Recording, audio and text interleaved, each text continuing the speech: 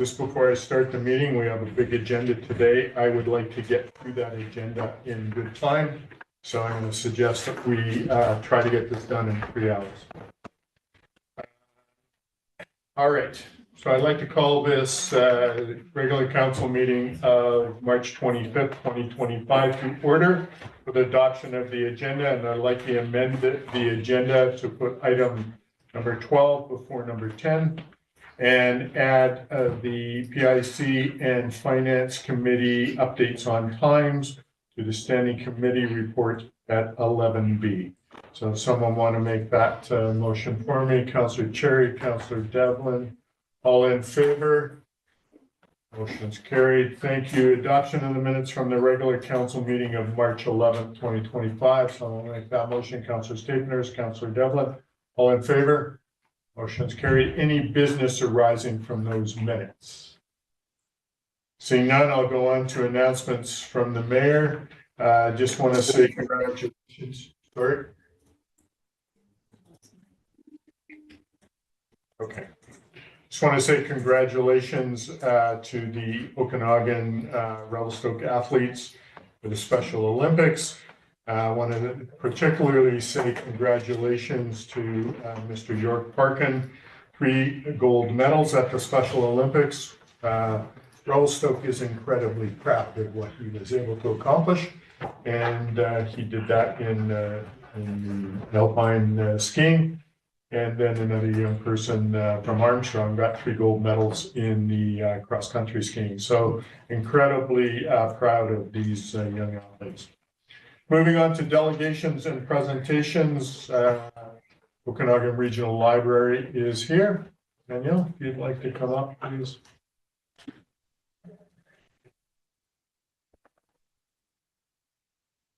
Hey, thank you so much. I'm just going to put this down. Thank you so much for having us. I know you have a big agenda, so we're going to be quick and concise. So my name is Danielle Hubbard. I'm the CEO of the Okanagan Regional Library. I met most of you last year when I came out and did my first presentation as CEO in this role. And of course, I'm accompanied by Lucy, who I think all of you know as the community librarian here in Revelstoke.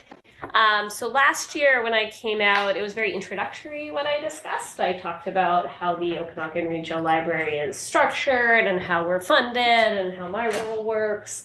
So I'm not going to repeat all of that because it was 10 months ago or so that I was here. But this year I wanted to highlight 5 specific areas of service that the ORL offers that to me really illustrate the value that, that a public library brings to a community. And then Lucy's going to talk a little bit about what's happening here in Revelstoke. If you want to ask us any questions, by all means do. Otherwise, I'll go home and you can reach out to me anytime afterwards. So I did send a PowerPoint. I don't know if you guys either have it in front of you or if it can be put on the screen. If not, I can just I know what's on there. Estelle LaSalle, can you share that report from ORL? Yes, I can. One moment, please. So much.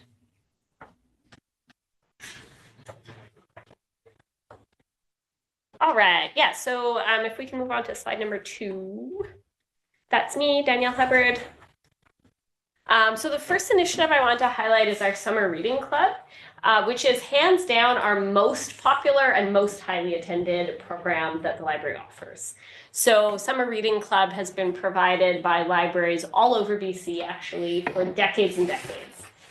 So the idea is that it's a program that encourages kids to keep reading over July and August and to be excited about learning and exploring ideas. So in July and August, kids can come into any branch of the Okanagan Regional Library, sign up for a reading record. Last year, the theme was World of Curiosities. This year, it's going to be called Color Your World. And then kids get prizes when they hit certain milestones for how much they've been reading. And they can also come into any of our branches and attend a whole extra array of programs that Lucy and her team provide.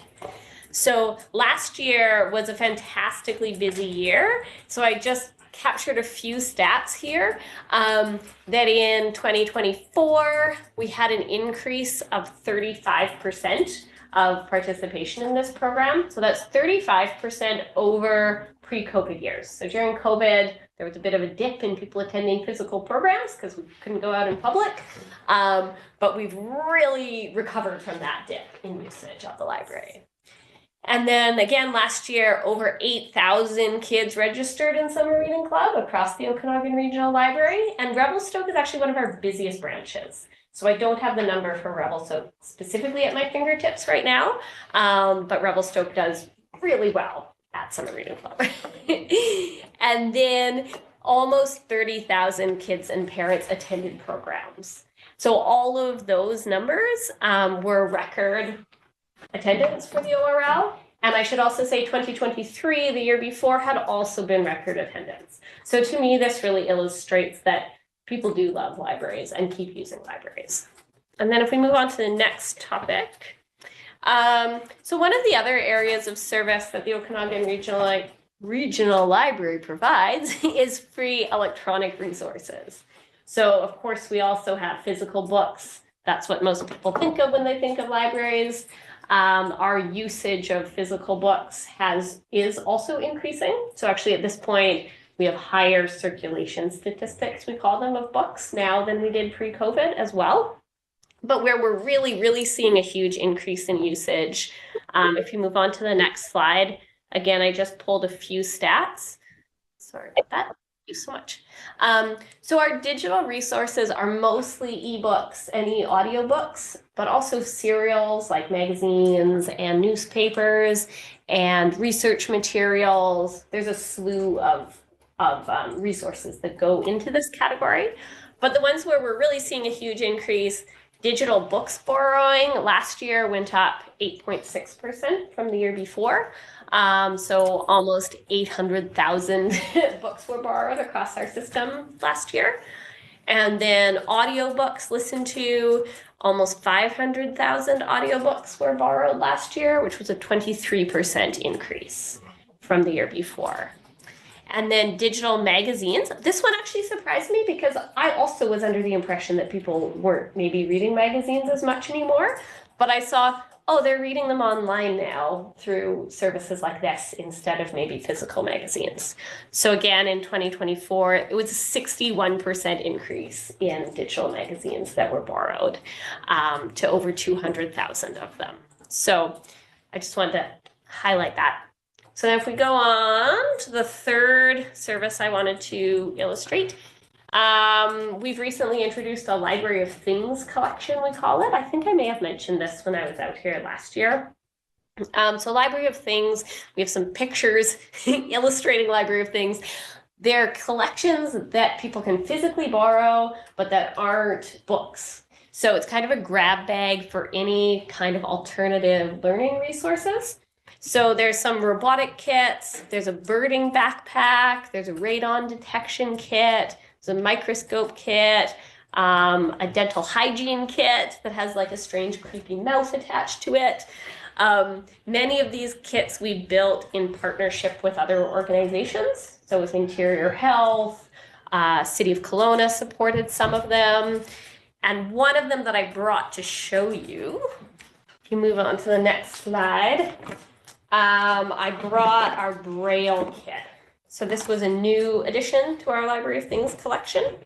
So it's actually a Lego Braille kit. So I don't know who's familiar with the Braille alphabet, but each letter in the Braille alphabet has 6 dots arranged in different configurations, which works really well for a Lego piece. So Lego pieces can be configured in all the different like dot structures to make all the different letters in the English language.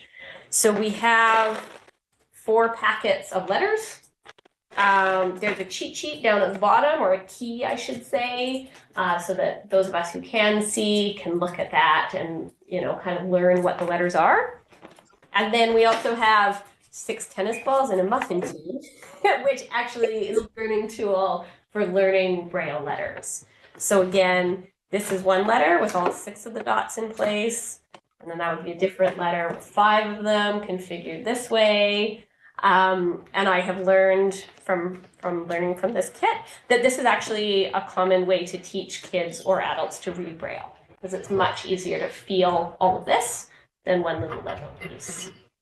So that's one of the 22 different kits that we provide. But I thought this was a good illustration because it's so tactile. Like, it's something you can't just check out in a book. It's a different way for people to learn. And so of the 22 kits that we currently have in circulation, last year they circulated about 2,000 times. And then I'm supposed to show and tell, which I already did. And I anticipate that those numbers will probably go up as well because we've just recently introduced this collection. And then if we go on to the next slide, that's my cue to talk about the role that physical libraries play in all of our communities. So we have 30 branches all up and down the Okanagan and Shuswaps and Similkameen. And these are all parts of BC where climate change is an increasing problem, unfortunately, as we all know. And so libraries can play a really active role in basic things like when it's really terribly hot out or really terribly cold out, or there's a lot of smoke in the air. Sometimes public libraries are one of the few free open public spaces that anyone can go to for refuge. And if you go on to the next slide, it doesn't have overly informative information. It just reminds me what to talk about. So in some of our communities, such as Armstrong and Enderby, we actually have official agreements between the Okanagan Regional Library and the municipal administration to be official heating and cooling centers in times of crisis. So for instance, if there's a heat dome, then the city of Armstrong will call us. They'll say, can you get the staffing together to stay open until 11 p.m. or to stay open on Sunday? And if we can do that, we do. And then the city of Armstrong will reimburse us for the extra staff time that it takes to do that. So I just wanted to flag that as a possibility. And if there's any interest from Revelstoke in doing something like that, then reach out to me and we can talk about it some more. And then if we go on to, I think this is the last slide from me. So the majority of our funding is municipal, which is why I'm really, really grateful for the city of Revelstoke and all of our other towns and cities for supporting the library. We do receive some of our funding from the province, though. And so a couple of years ago, we received an additional chunk of funding from the province, the Provincial Enhancement Grant. And so one of my priorities as CEO has been making sure that that gets out to each of our branches. And here in Revelstoke, that funding played a really helpful role in finishing the renovations that were completed last year. So I'm going to hand things over to Lucy, and she'll tell you what's happening here in Revelstoke. Okay, so with all of the things that Danielle just talked about, they're definitely directly applicable in Revelstoke. We're spending more and more time helping people get online to use our digital resources. And the Library of Things, there's huge uptake with that. Our holds, the number of people who are requesting items has increased hugely. So we've actually had to open up a couple of extra bays to file all the books for people requesting things. And I am on a committee for emergency preparedness. And if we do welcome people into the library when it's very hot. And if it ever came to it, of course, we would be available if people needed to be there longer. So all of that is happening in Revelstoke. And I only have 3 minutes, but so what I wanted, I really would like to thank the city again for helping finish that renovation, which went so sideways. And so it is done now. We're super grateful. Thank you. And also the landscaping around the library and the extra bike racks. Thank you so much. That is amazing. So thanks to Troy and to Lori Donato for they were very helpful to me personally. So I really appreciate that. Summer Reading Club, yes, we had 200 kids sign up last year. It's very busy, and all our programming is very busy. We're running a program every day during spring break, and today we have Dragon Masters. It's full with a waiting list. We do have a lot of engagement with early literacy and with school literacy. So that is a huge thing that we do. Every kindergarten kid in Revelstoke visits the library once a month. They come for a story time. It's an enhanced literacy experience. They all get library cards. Often the library card brings the parents in as well. So we have a huge commitment to that. Many of the daycares in town come to the library for story time. It's like we have amazing people who will do 3 story times in a row, 3 half-hour story times in a row. So we have a huge commitment to early literacy. We've got a new commitment to late literacy as well. So people, again, the Library of Things and the digital resources, our older population is accessing those because of issues with, like print disability. So we're helping people a lot with that. Is my 3 minutes up yet? Because I could go on forever. But we do a lot of fun stuff at the library too. We dress up as dinosaurs, we dress up as pirates, we hang out with the kids. We do STEM, a lot of STEM education. So we have a tech room that is full of great STEM resources for kids. We're very busy with kids every day. Between 2:30 and 5:30 every day, the place is full of kids. Saturdays, families, huge groups of families. We have a really nice family area now. There's a big sectional couch and it's often packed with people. So, I just feel really grateful. Revelstoke, we have so much community support. And it in so many ways, like just people really being behind the library, but also we get huge donations. It makes it possible for our library to be quite special, I think. So yeah. I think I had this is way too much, I'm sorry. If you ever have any questions or you want to come to the library and hang out, please do. I guess the last thing I would end with is the business services that we provide. So that is something that keeps us very busy. So printing, people accessing services online because everything's online now, and we often have to support people with that. Right. So again, it's the digital literacy, but people printing resumes. Lately, it's been tax season. People dealing with the Government of Canada website, which I will tell you, the immigration piece makes people cry. It is so frustrating and so hard to navigate. And if English is your second language, so we spend a lot of time helping people with that as well. So, yeah. Okay. Thank you. Sorry. Thanks, Lucy. Thank you, Danielle. Thanks so Appreciate much you for coming, speaking. but appreciate what you do for the community. I think it's really imperative that we hear what you're doing so that we can embolden our community members to avail themselves of the services that we provide. Interesting for you to bring that kit, Danielle, about the Braille. That's a really interesting thing for me. I'm interested in learning sign language in Braille and those sorts of things. And look at that and go, I had no idea, just 6 little balls sort of thing. Yeah. That's amazing. So thank you again for what you do. Council, any questions or comments for the ladies? You guys are getting off busy. Thanks, go ahead, Councilor Orlando. Yeah, and we have a public audience, which I'm sure was just for us. We appreciate all of you. Go ahead, Very Councilor. much. Have a really good meeting. Councilor Orlando, you have a comment or question? Yeah, if that's Oh, possible. yeah. Thank you so much. Thank you so much for the presentation. Just a quick question. The city at the community center is doing some upgrades to the hallway down there for adding some more furniture and other space. It's if I recall, it's sort of a 2-stage process per step now, next step later. I was wondering if we have any feedback on that interface as I'm sure there's overlap between the library facility and the space in there. That's really good news because for a long time, all the seating was in the library, which, made sense. So it allows us to manage our space more effectively.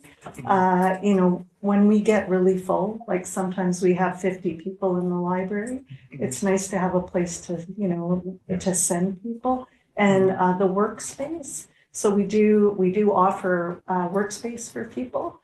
And it gets too full.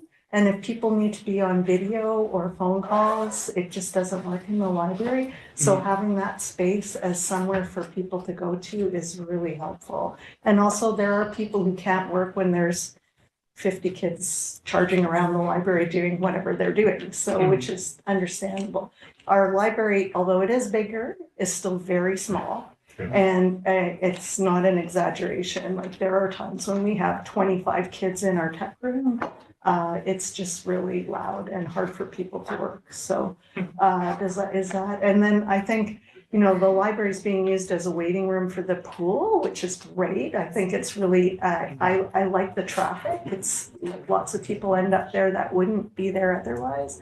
But I think having people more out in the community center as well is helpful, because we just get too, it's just too full. So, yeah. Great. For sure, yeah, I think I really do appreciate it. It's good to hear about, for example, just to have a better understanding of the demand for using the space as a waiting area for the pool. It's sort of one of those sort of data points that we're maybe not aware of, that's the reason that they're there, and that there's a need for example, for that.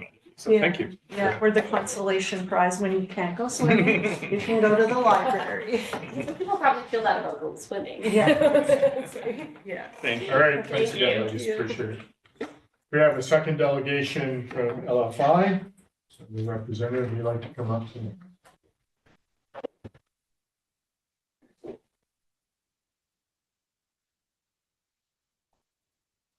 All right. Yes. It's right underneath the table there, the end of it. Pull it right off, you got it.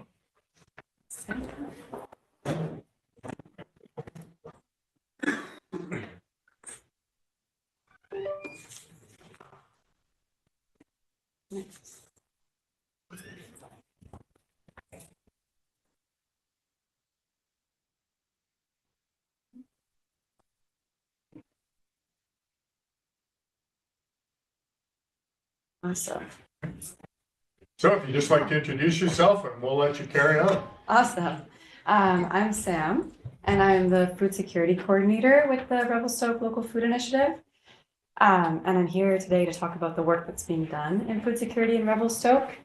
Food security has already been recognized as a priority by City Council. The food security strategy was endorsed back in May, I believe, and it's a priority in the official community plan. And so, yeah, today I want to talk about the work that's being done because of this support. And how we can continue to strengthen Revelstoke's food system, which is really important now with everything that's happening with global trade. Right. And so before I begin, I want to recognize the land that this work is being done on, and it's recognized reconciliation is a big part of the food security strategy. But the work's being done on the homelands of the Sinixt and within the territories of the Ktunaxa, Silks, and Secwepemc nations. And I'm going to talk a little bit more in my presentation about what we're doing towards reconciliation in the work that we're doing with food security. A little bit about me. I started this role in September. I'd spent my previous 3 winters in Revelstoke, and I was working the last 3 years with a community called Honeyguatine up north. I was started out in emergency preparedness and then was doing climate readiness work. And food security was a huge priority in this work because of because it's such a huge part of community resilience.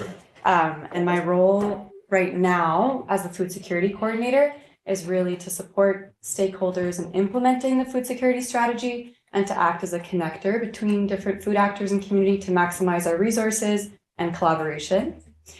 And the work that I do is guided by the Food Security Advisory Committee, which is made up of community stakeholders like Community Futures, Community Connections, ST19, and many more. And they're guiding the priorities of my work, which is also guided by the food security strategy.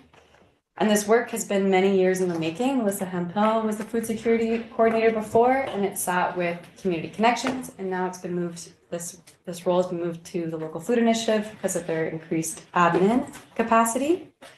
And the vision that we have for food security in Revelstoke, which was created by the community, is that Revelstoke will have secure food systems rooted in the community and centered on good food that honors Indigenous food cultures, is nourishing, fair, sustainable, affordable, and accessible. And the 5 goals that guide my work are access to food, food culture, environmentally sustainable food production, education, and economic sustainability. There are many success stories in the community over the past couple of years for food security. The food bank, neighborhood kitchen, and food recovery program are huge assets. And food security, Revelstoke's food security is really seen as a leader in the province. I've gotten many calls from other communities about how they can build up their food security programming in the same way. The fact that we have a food security program coordinator position is huge, and that it's in the official community plan as well. But with all these successes, there's also many gaps. We need to work on increasing our local food production, increasing our connections to regional food production and distribution, continuing to support Indigenous food sovereignty, improving our community food literacy, and then also ensuring that food security is included in our emergency preparedness planning. And there are 15 very high recommendations from the strategy, which I won't list them all today, but one of the first ones is supporting the objectives of the poverty reduction strategy, which was being written at the same time as this plan, and I don't think it's come out yet.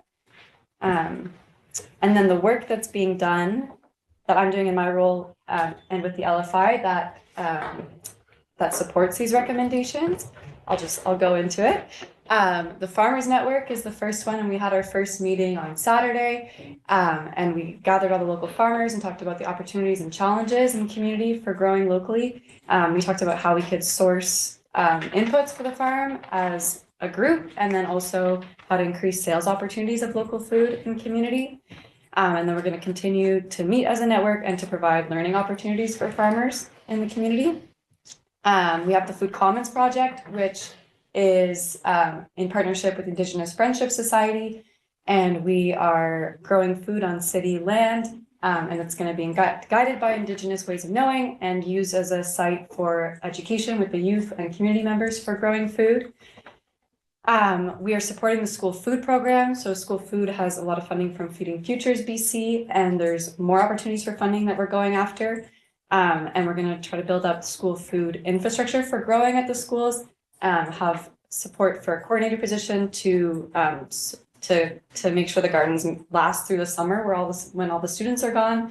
And then also looking at how we can get local food into the school, because it's hard because when the local producers are producing, the kids are on break, and so trying to figure out how to preserve local food so it can be used throughout the year. We're working on land matching, so trying to get leases, trying to find land for people to grow on in community. We're working on Indigenous food sovereignty workshops. We had the Indigenous food sovereignty working group out here last November, and they did a train the trainer model and delivered their workshop to us. And so we're delivering it to the LFI right now, but then hopefully going to be able to deliver it to community and then use the Food Commons site to kind of really ground this learning. We're working on public education and awareness for community garden access. We have a survey out about to figure out how many people are looking for growing space and how we can increase the areas we have for growing food. We got a 1/4 acre donated by a private landowner in the community, and we're going to try to do a market garden there and look at like a co-op market garden style to increase food production. And then the excess food will go to the food bank.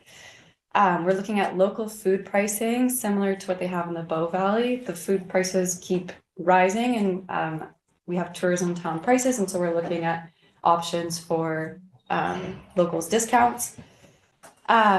We are looking into winter growing, similar to models that they have in the Kootenay, like secant growing during the winter.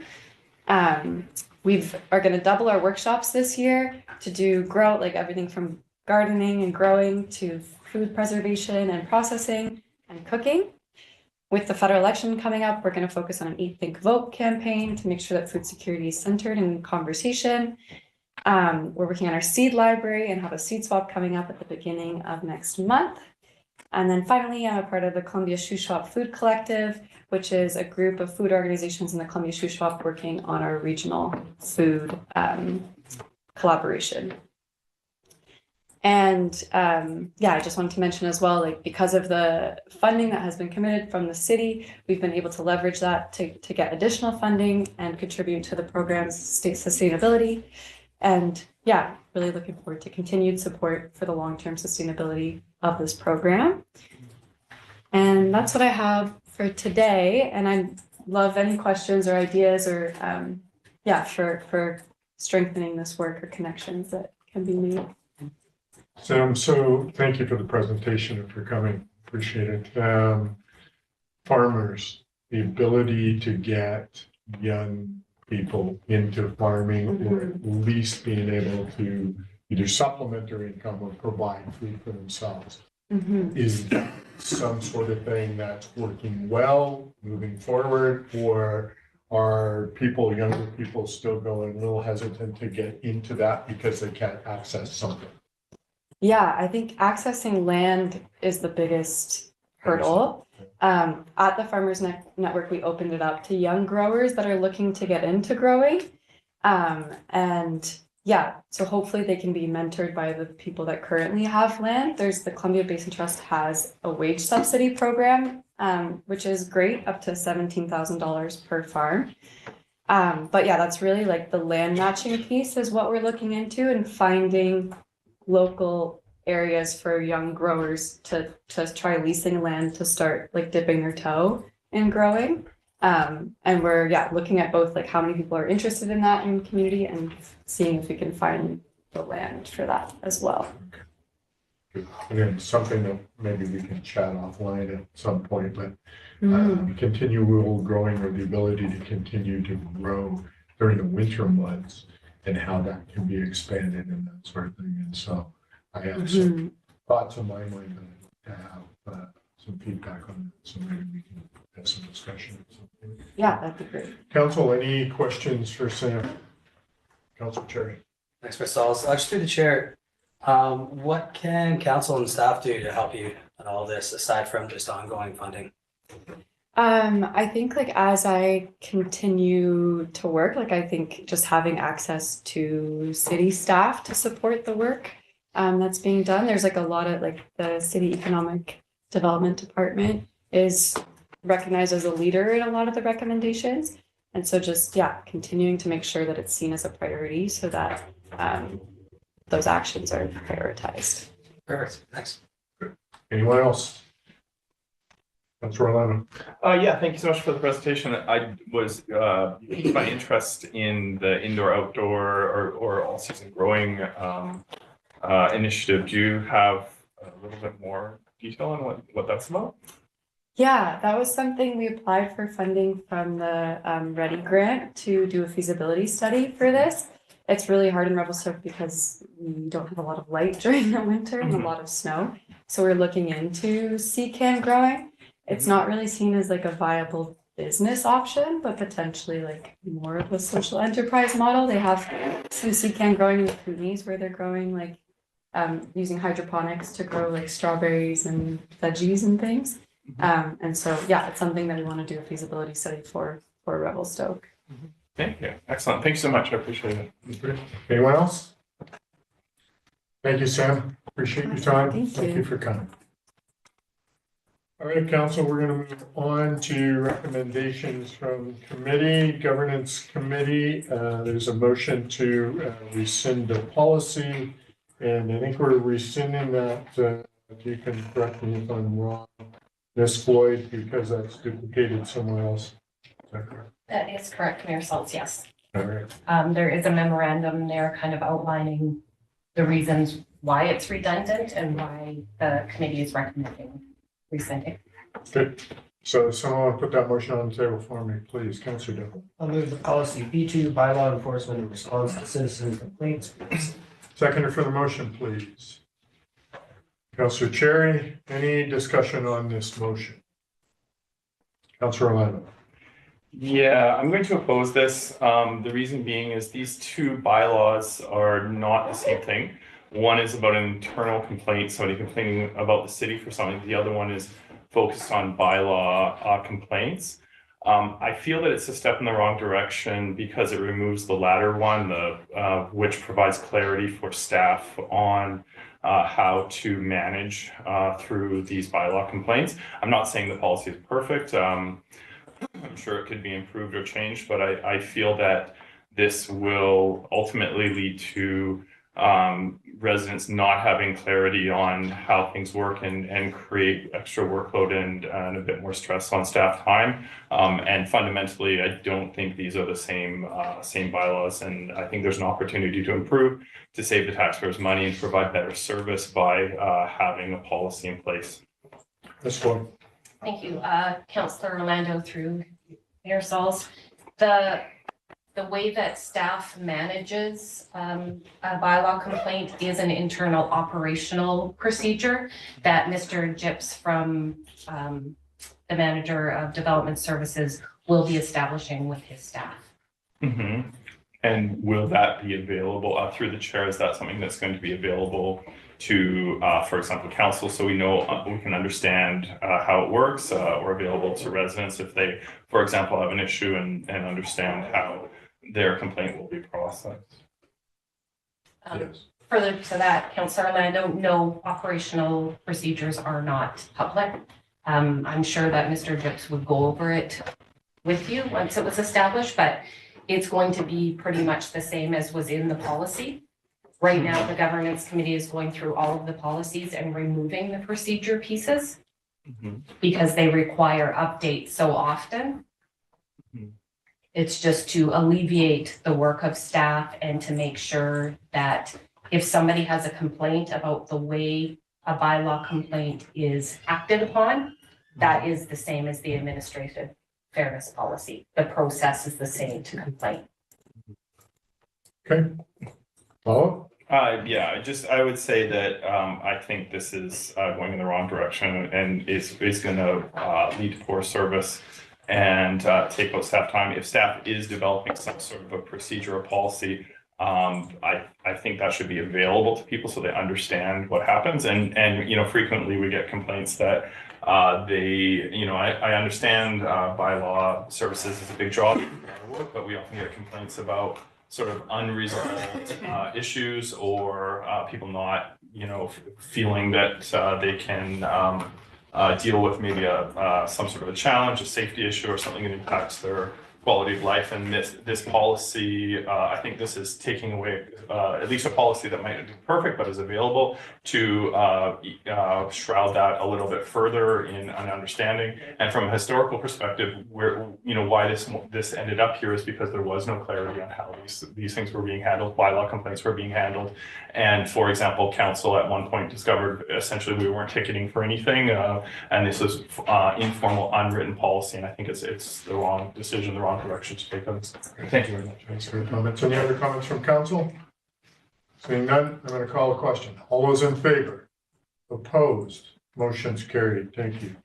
Moving on to bylaw, zoning bylaw 2406. So we have a number of bylaws and additions today. So let's go through the first one. Does someone want to put that on? Do you have any oversight that you want to deal with first, Mr. Simon? To your worship, here to answer any questions that council may have on any of the amending resolutions. Staff appreciate council members taking the time to meet with us to get these prepared in advance. And if there's anything not on here that council wants to consider, we are happy to work with you guys to put a resolution on the fly. And if you guys like, I can be prepared. I don't know if Janet is planning on sharing the agenda screen. I'm just trying to wonder what you guys feel is best, because I can pull up the draft zoning bylaws. You can see the sections that are being referenced to be changed. Or do you guys want to have the amending resolutions on the screen for view? Councilor Cherry. If I can through the chair, is it possible to have both? And if it's not, can we have what is currently written on the screen and we can go through verbally on the potential changes? Your worship, I can share my screen and I can kind of go back and forth between the two. Sure, that'd be good. Thank you.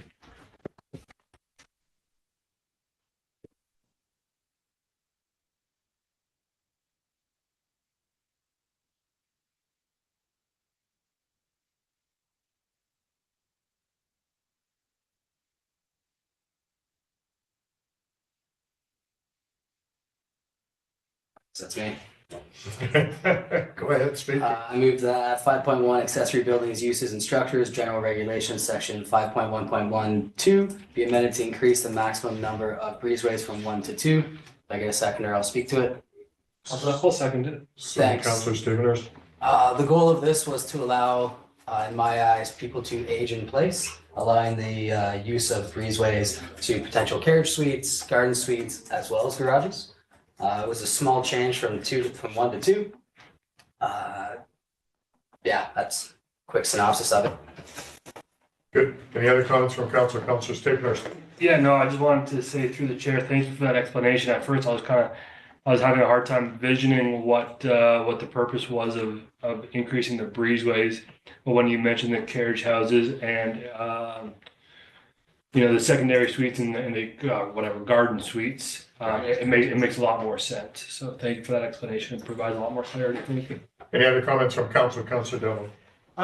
Yeah, through the chair, as a lot of this is extremely technical stuff and well outside of my expertise, I am probably going to ask planning staff to kind of just give a general weigh-in on pretty much everything that's going to come through. If you foresee any issues, if you foresee any problems, not that, you are the decision makers here, but yeah, I don't really care how many breezeways are on a property if I can be blunt about it. And I'm going to need some insight from the professionals on whether or not these changes are good and necessary and in the best interests of the community.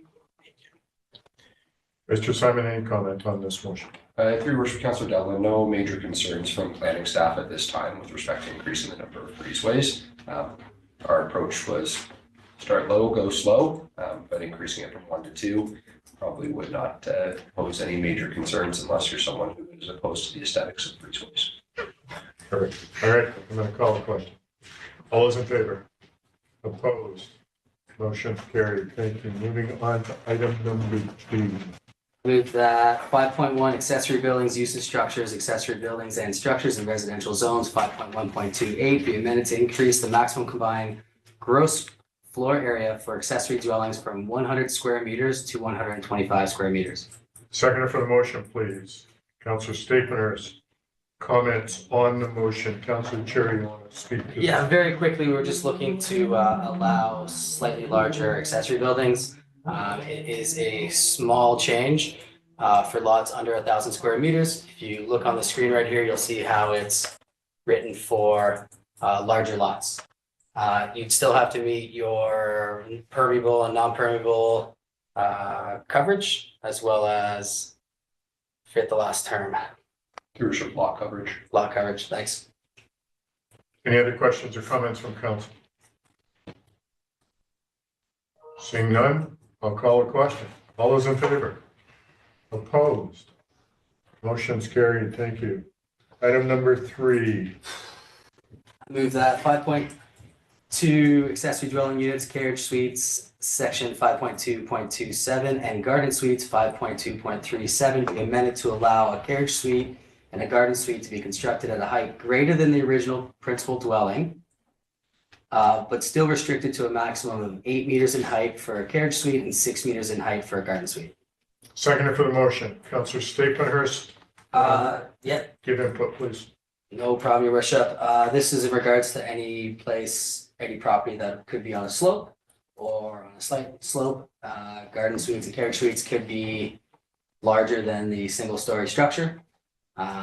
This still takes into consideration the height and the calculation for the back of the property, for example, on these two, but doesn't allow, it just removes the one restriction that they can't be higher than the building. So they can't be higher than they can be higher than the principal building or cannot be? The goal is to remove the height, the goal is to allow them to be taller than the principal structure for some of the older, smaller homes. Okay. While still regulating their actual height compared to where they are located on the property. Okay, so I'm going to ask Mr. Simon, so let's talk about my property. So my garage, if I wanted to take the roof off and put a secondary suite above the garage, and it ended up being a bit higher than my principal residence, it's at the back of the property, no one really sees the garage there. Is that would that conform to this bylaw? Your worship, yeah, essentially, so you can see what's highlighted here. Yep. You can think of if council adopts this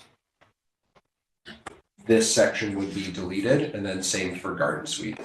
The original intent when we brought these regulations in back in 2022 was again, start slow, see how it works its way within the community. We have had a few variances where you have an old bungalow and then someone builds a carriage suite at the rear. We say, hey, you need a variance because the carriage suite can't be taller than the principal building. One of the things that's changed since we brought the regulations in is the mandated up to 4 units per lot. So is there really a difference now if someone can build 2 large single family homes on their property, or an existing single family home and a carriage suite? So that's an item that council should consider in this decision. Perfect. All right. Thank you for that. And just in addition, the goal here is to reduce the amount of staff time and variance time. It's going to be coming in front of all of us. Good. Councilor Stickner's comment? Yeah, I think in general, I'm supportive of this. My only concern would be is if we had an old single-story ground-oriented dwelling, and then you put a carriage suite behind it, is that going to kind of morph that small original structure, or how do you see that kind of playing out?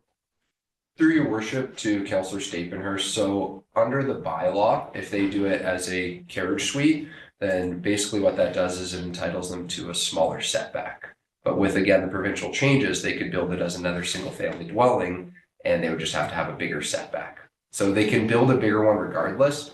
You're just giving them a little bit more flexibility if you remove this requirement to build it as a carriage suite or garden suite. Whether or not that's preferable for council, again, that's for you guys. But the 4 units per lot has made accessory dwelling units a bit more convoluted to manage, we could say.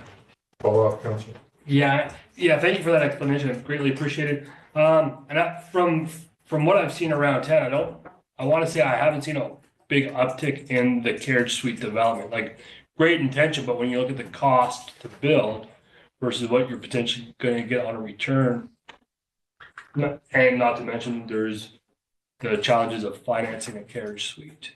So, And so I hear what you're saying, but from my perspective and what we're seeing in our neighborhood anyway, is even if you going up is more than we had before, and I think that's a positive step. So, Councilor Jerry.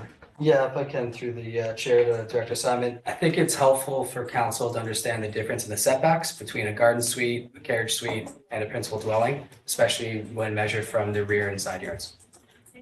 For this decision. Through your worship to Councillor Charity, so an accessory dwelling unit, a carriage suite or garden suite would have to meet a 3 meter rear yard setback and then a 1.5 meter side yard setback, whereas a principal dwelling would have to meet a 5 meter rear yard setback and a 1.5 meter side yard setback.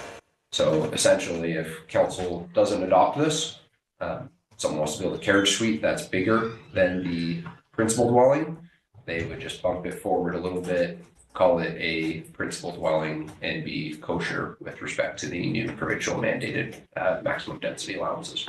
And then just to follow up, with that in mind, that's how I scoped this change. Just to allow people to be able to build secondary units on their property without having to hit that 5 meter setback, while still maintaining the height to not massively impact any of the neighboring structures or buildings. Good. Appreciate that. Any other comments from council? I'm supportive of this. I think it's a good way to move forward, and especially for those who have alleys behind and that bringing that ability to have it closer to the lot line will work well, and I'm supportive of that. So I will call the question. All those in favor? Opposed? Motion's carried. Thank you. Item number 4. I move that 6.1 low density residential ground oriented dwelling zone RLE1 subdivision regulations section 6.14 be amended as follows: to reduce the minimum reduce the minimum lot size from 400 square meters to 300 square meters. 2, to reduce the 300 square meters. Apologies. 370 square meters. Yeah, thank you. Reading too fast. 2, to reduce the minimum lot size for party wall subdivision from 200 square meters to 187.5 square meters. And 3, to reduce the minimum lot width from 14 meters to 12 meters. And 4, to reduce the minimum lot width on corner lots from 15 meters to 13.5 meters. Seconder for the motion, please. Councilor Staples, now give us the benefit of your thoughts. Let's go through one first, please.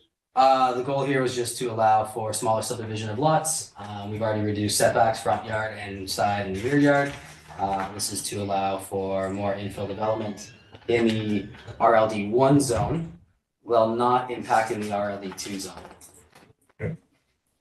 This was also brought forward, I believe, was it finance, if I can, to the chair? Or was it committee of the whole for review? Through your worship, I believe it was committee of the whole. Yeah. Any other comments on item number 1? Are we going to vote on these individually or all as a group? They technically all have to go as a group. Okay, right. It's just, yeah, every time you change one, you have to change another. Good. All right, let's go to number 2. Explain your thought process behind that one. Similar to the first. Yeah, I might have to get Director Simon's feedback on this, but essentially, the goal was to allow for duplexes on smaller lots, while not impacting the RLD2 zone, which is also regulated to 1.875 square meters. Any comment, Mr. Simon? Through your worship, this would apply for party wall subdivisions, someone wanting to do a duplex or potential row house development. And some of the other zones that allow party wall subdivision go all the way down to 187.5 square meters. Staff had originally proposed it at 200 because again, it is still our standard typical low density zone. 187.5 is really as small as you can get for a typical party wall subdivision where maybe the houses are going to be a bit more narrow, maybe 5 meters in width as opposed to a standard 6 meters. And we're seeing some of that in the community. It's really as small as it's going to get, generally speaking. And just in addition to that, if I can, this was requested by a number of people that came up and talked. So with that in mind, sorry, at the public hearing, that's why I brought it forward. The next one was minimum lots frontage, reduce the minimum lot width from 14 meters to 12 meters. Again, this is in the same line of allowing for more units to be subdivided in the future. 12 meters is how many feet, Mr. Simon? Through your approximately 40 feet. So it's basically going from 50-foot lots to 40-foot lots. This still doesn't allow for the formation of large panhandle size lots, which was an issue with staff for reducing this any further. Good. Any comments from council on this? Seeing none, number 4. I'll let Director Simon comment on side yard corner lots so that everybody has an understanding. Through your worship, generally, if you're on a corner lot and council says, yeah, we're supportive of reducing typical lot width 12 meters, that would be for interior lots. And then if you're on a corner lot, we usually recommend at least 1 meter to 1.5 meter greater minimum lot width because those buildings need to meet a 3 meter side yard setback as opposed to a 1.5 meter side yard setback. Okay, thank you for that. All right, any comments from council? Seeing none, I'll call a question. All those in favor? Opposed? Motion's carried unanimously. Item number 5. I move that minimum lot width in the following sections be reduced from 7 meters to 6 meters. 6.14-5 low density residential ground oriented dwelling zone LRD1. 6.2.43 low density residential small lot ground oriented dwelling zone RLD2. 6.344 low density residential multi-unit row home zone RLD3, and 6.844 medium density residential multi-unit row home zone RMD1. Second for the motion, please. Councilor Staples, discussion on this motion. Councilor Cherry. I remember this one.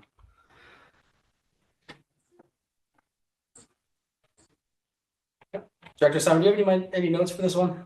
Through your worship, these sections are referencing the minimum lot width for typically party wall subdivisions, except within the RLD2 zone, which is the small lot residential zone, where it currently has the minimum lot width of 7 meters for a standard lot, not a party wall lot. And again, that's our zone that where someone wanted to do a tiny home development, or maybe we can apply it to some of those 25-foot lots. That's what that small lot zone is for. Correct. Essentially same as above, it encourages infill development, which is what we have written in our OCP, what the goals of the zoning bylaw was, as well as our housing needs assessment. Any other comments from other council? Seeing none, all in favor? Opposed? Motion's carried unanimously. Moving on to 6. Need to break in. That 6.6 low density residential tourist accommodation zone RLD 6. Purpose section 6.6.1 be amended to reference small scale short term rental on rural and urban sized lots. Second for the motion, please. Councillor Stepheners, discussion on the motion. Councillor Cherry. Thanks. I think this Lead is us through one that was brought up by a member of the public at the hearing. It's just a text amendment to include urban and rural sized lots. If I'm correct, Director Simon?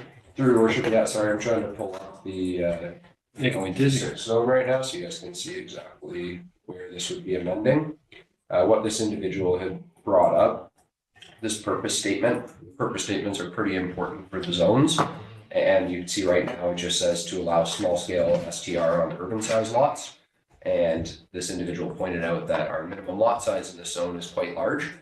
And when you compare it to our rural residential zone, it's actually larger than the rural residential zone. So why does the purpose statement reference urban size lots when you're saying this is only going to facilitate rural size lots? So I think it makes sense to amend the purpose statement to say urban and rural size lots. That's that individual's feedback. Great, appreciate that. Any other comments from council on this? Yeah, this is potential housekeeping amendment in the future if we didn't catch it now. Yeah, thank you for that. All those in favor? Opposed? Motion's carried unanimously. Moving on to 7. I move that 7.8 commercial, local neighborhood commercial zone C4 purpose section 7.8.1 be amended to reference 3 story as opposed to 2 story, and that 7.8.3 development regulation section be amended as follows: to amend the increased maximum floor area ratio from 0.6 to 1, and 6 to amend the be amended to increase the maximum building height from 9 meters to 12 meters. Second for the motion, please. Councillor Staples, let's have some discussion on this. Clarify it for me, please. Perfect. Mixed use buildings or commercial buildings in downtown infill commercial buildings right now are under the zone are regulated to 2 stories. I'm proposing that it be 3 stories, as residential are also allowed to be 3 stories. I also increased the height just for any building code regulations that may require a different roof or floor system. For example, if this were to be used as a gym, you need to have higher ceilings for skipping ropes if it's a cardio area or a bunch of different equipment. This allows for that within downtown core. Okay. Mr. Simon, comment. Through your worship, this is our local neighborhood commercial zone. So a big part of this project was removing, eliminating, consolidating a whole whack of our zones. I think we had 14, 15 some odd commercial zones in our old bylaw. We whittled that down. The zone as it's currently drafted is comparable to what's laid out in our current zoning bylaw. Within that zone, it kind of restricts things to a maximum of 2 stories. Council deems it appropriate that we should have 3-story buildings within a local neighborhood commercial zone. As an example, the cafe on Douglas Street is proposed to receive this local neighborhood commercial zone, as well as what used to be Keystone Fitness, I believe, on 3rd, right near the Victoria or the Townley roundabout. So it's an example of where you can see they got a little bit of commercial on the ground floor in a predominantly residential area with some residential above. And right now we say that they're only permitted to be 2 stories in height, about 9 meters tall. So if council thinks that it's appropriate within those residential areas to have it be taller at 12 meters, then that is council's prerogative as part of this proposed amendment. Councillor Chair. Yeah, just the reason we picked 12 meters is to not allow for a monster building in the residential neighborhood. The goal was that it would still blend, even at 3 stories. Okay, any other comments from council? Seeing none, I'll call the question. All those in favor? Opposed? Motion passes. Thank you. Moving on to item number 8. I move that section 11 off-street parking regulations, minimum off-street parking regulations, section 11.26A be amended to reduce the minimum parking requirements for multi-unit dwellings from 1.5 spaces to 1 space for studio and 1-bedroom units. Okay, seconder for the motion, Councillor Stephenhurst. Discussion on the motion, Councillor Cherry, weigh in on your reasoning. Yeah, I had a few different ways to try to pitch this one. Simply put, I don't see the need for bachelors and 1-bedrooms to be required to have more than 1 unit of parking. This is a way that it basically creates a sliding scale for anything larger than that to hit the 1.5 spaces while not requiring that for the smaller units. Okay. Councillor Stephenhurst. Yeah, I fully support this. I do believe that in the current or the proposed bylaw, there's a requirement for bicycle storage, if I'm not correct, and we're trying to push people towards that. So I think that might be the incentive needed. But my question would be through the chair to Mr. Simon, is how many parking spaces would it still be 1.5 spaces for a 3-bedroom unit? Through your worship, yeah, so anything 2, 3-bedroom or greater would still need 1.5 spaces per dwelling unit. Okay. Do you have any other comments, Mr. Simon? Through your worship, I think you'll see Revelstoke's parking regulations evolve over the coming years. Staff, again, we're trying to hit that middle ground, 1.5 parking spaces, which for a lot of municipalities might be considered high, but we are a more rural municipality as well. But going down to 1 parking space for a studio or 1-bedroom would certainly be aligned with best practices in the planning profession right now. Councillor Chair. He hit it on the hammer, Okay. so I was just going to tee him up there. Councillor Tippett. Yeah, thank you. Through the chair, I'm not sure if this is like an opportunity. I feel like this might be a really good time to introduce a late motion. And my concern being with this parking space, under the proposed bylaw as written for new multifamily units, I do believe that the city has a requirement of 15% of new units have to be 3 bedrooms. Hey, got a motion on the table. I'm sorry. Am I speaking out of turn? No, not yet. We'll get to that. Okay. As long as it's related to the motion that's on the table, you're asking a question at this point, is that correct? Because Yeah, I'm okay, curious. so that's my question. So my question is, the proposed bylaw has a requirement of 15% of units have to be 3 bedrooms for multifamily units, correct? Through your worship, Councillor Stephenhurst, that requirement is applicable in 4 zones. So both of our new high density zones, as well as 2 of the 3 medium density zones. The only medium density zone that it wouldn't be applicable to is the row house zone, which is the MD1. But any medium density zone you're going to see an apartment building proposed, there is a 15% requirement for 3-bedroom units. Okay. And so then your question, is it relating to this? Now that you've asked that question, how does it relate to this? Well, I'm prepared to make An amendment? no, not an amendment. Okay. Nothing. You want to make another motion after Yeah, this? after this, that would be Okay. great. All right. So, Councillor Cherry, any other comments? No, we're good. Okay, anyone else? I'm going to call a question on this motion. All those in favor? Opposed? Motion is carried unanimously. Now, Councillor Stephenhurst, you have something else you want before we go on to item number 9?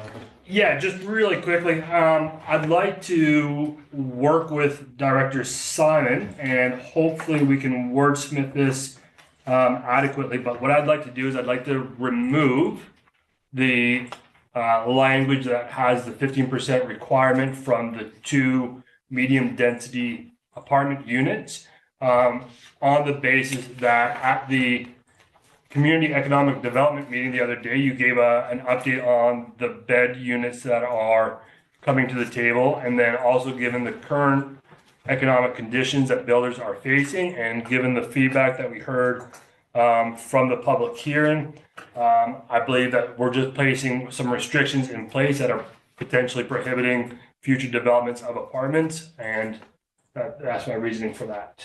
Okay, Council Chair. It might be better to take a 5 or 10 minute recess here and let these two work together on smithing this than doing it right now while I'm sitting here. Mr. Simon, comment? Through your worship, the references from Councillor Stapenhurst are within the RMD2 and the RMD3 zone. If Ms. Floyd is okay with it, we could just have a generic resolution staff for understanding the intent. It could say that the minimum 15% requirement for units to be comprised of 3-bedroom units in the RMD2 and RMD3 zone either be removed, or not sure if there's a desire to decrease it or remove it entirely. Leave that at the discretion of council. I believe I'd like to remove it in its entirety. I just believe that in the current economic conditions that builders are facing, I think it might be overly prescriptive of the city right now, and what we want to see is more units come to the table and not stall other developments that could be impacted by this. So Ms. Floyd, I'm just gonna ask for some guidance. Are you able to craft something that can be read out and seconded? I am, Mayor Souls. I just, Director Simon, can I confirm the minimum 15% parking be removed from the RMD2 and RMD3 zones? Through your worship, it would be the. Can I get the sections on that? Can you get a chance?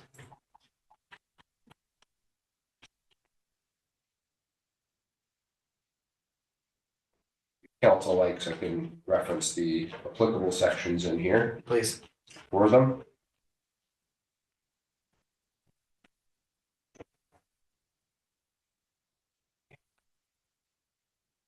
So it would be 6.9.5 subsection 2. So it would just be that 6.9.5 subsection 2 be deleted, and that 6.10.5 subsection 2 also be deleted. So can you say that one more time? And through your worship, if staff can just verify, Councillor Stapenhurst, you're only looking at making this change for the medium density zones, not the high density zones. Because this is also a stipulation in both of the high density zones as well. Question through the chair to Director Simon. Do we currently have any properties zoned high density at this time? Through your worship, no, they would have to go through the rezoning process. I'm happy to restrict this only to the medium density zones, as I believe high density zones is yet to be seen. Through your worship, for context for council, medium density aligning with the OCP, generally speaking, 4 stories. Once you start getting kind of 6 stories plus, that's where Revelstoke considers that to be high density. Okay. And once we start getting into those really tall buildings, from staff's perspective, there should certainly be variety in the units. And something important, I think, for council to consider is, we need a diversity of units within this community. And if we only see 1 and 2 bedrooms built that are 400 and 500 square meter or square foot 1 bedroom and 700 and 800 square foot 2 bedroom, does become challenging for families. And so I just do urge council, you don't really consider not only what our unit needs are today, but what our unit needs are going to be moving into the future. So can I ask a question just regarding these two areas of medium density? Can we, one of them, can you just explain the 2 different types of medium density to me, just in layman's terms, so that I can understand, because I may want to maybe not vote on both. Okay.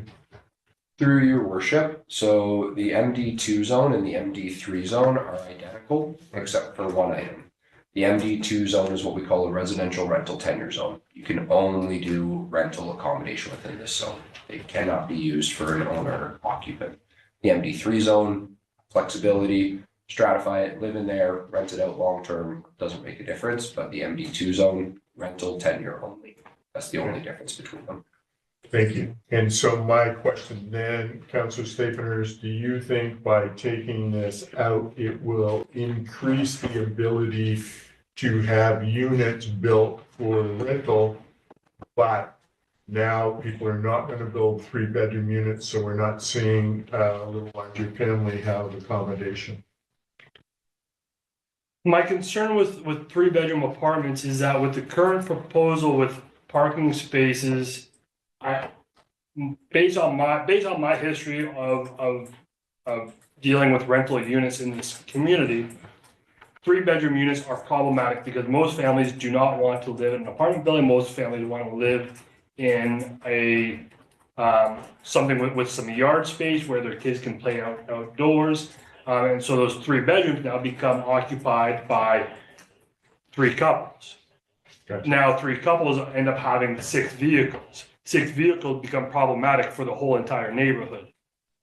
So, you know, and what we've been seeing and what I was hoping we could get maybe further into the weeds, and maybe this isn't the right time for this conversation, but with the amount of bed counts that we got at the Community Economic Development meeting the other day, my understanding is that we're seeing enough development come through the pipeline right now to hopefully offset the current demand for 3 bedrooms, especially with the amount of townhomes that we've seen, not to mention how many of those townhomes currently remain unsold.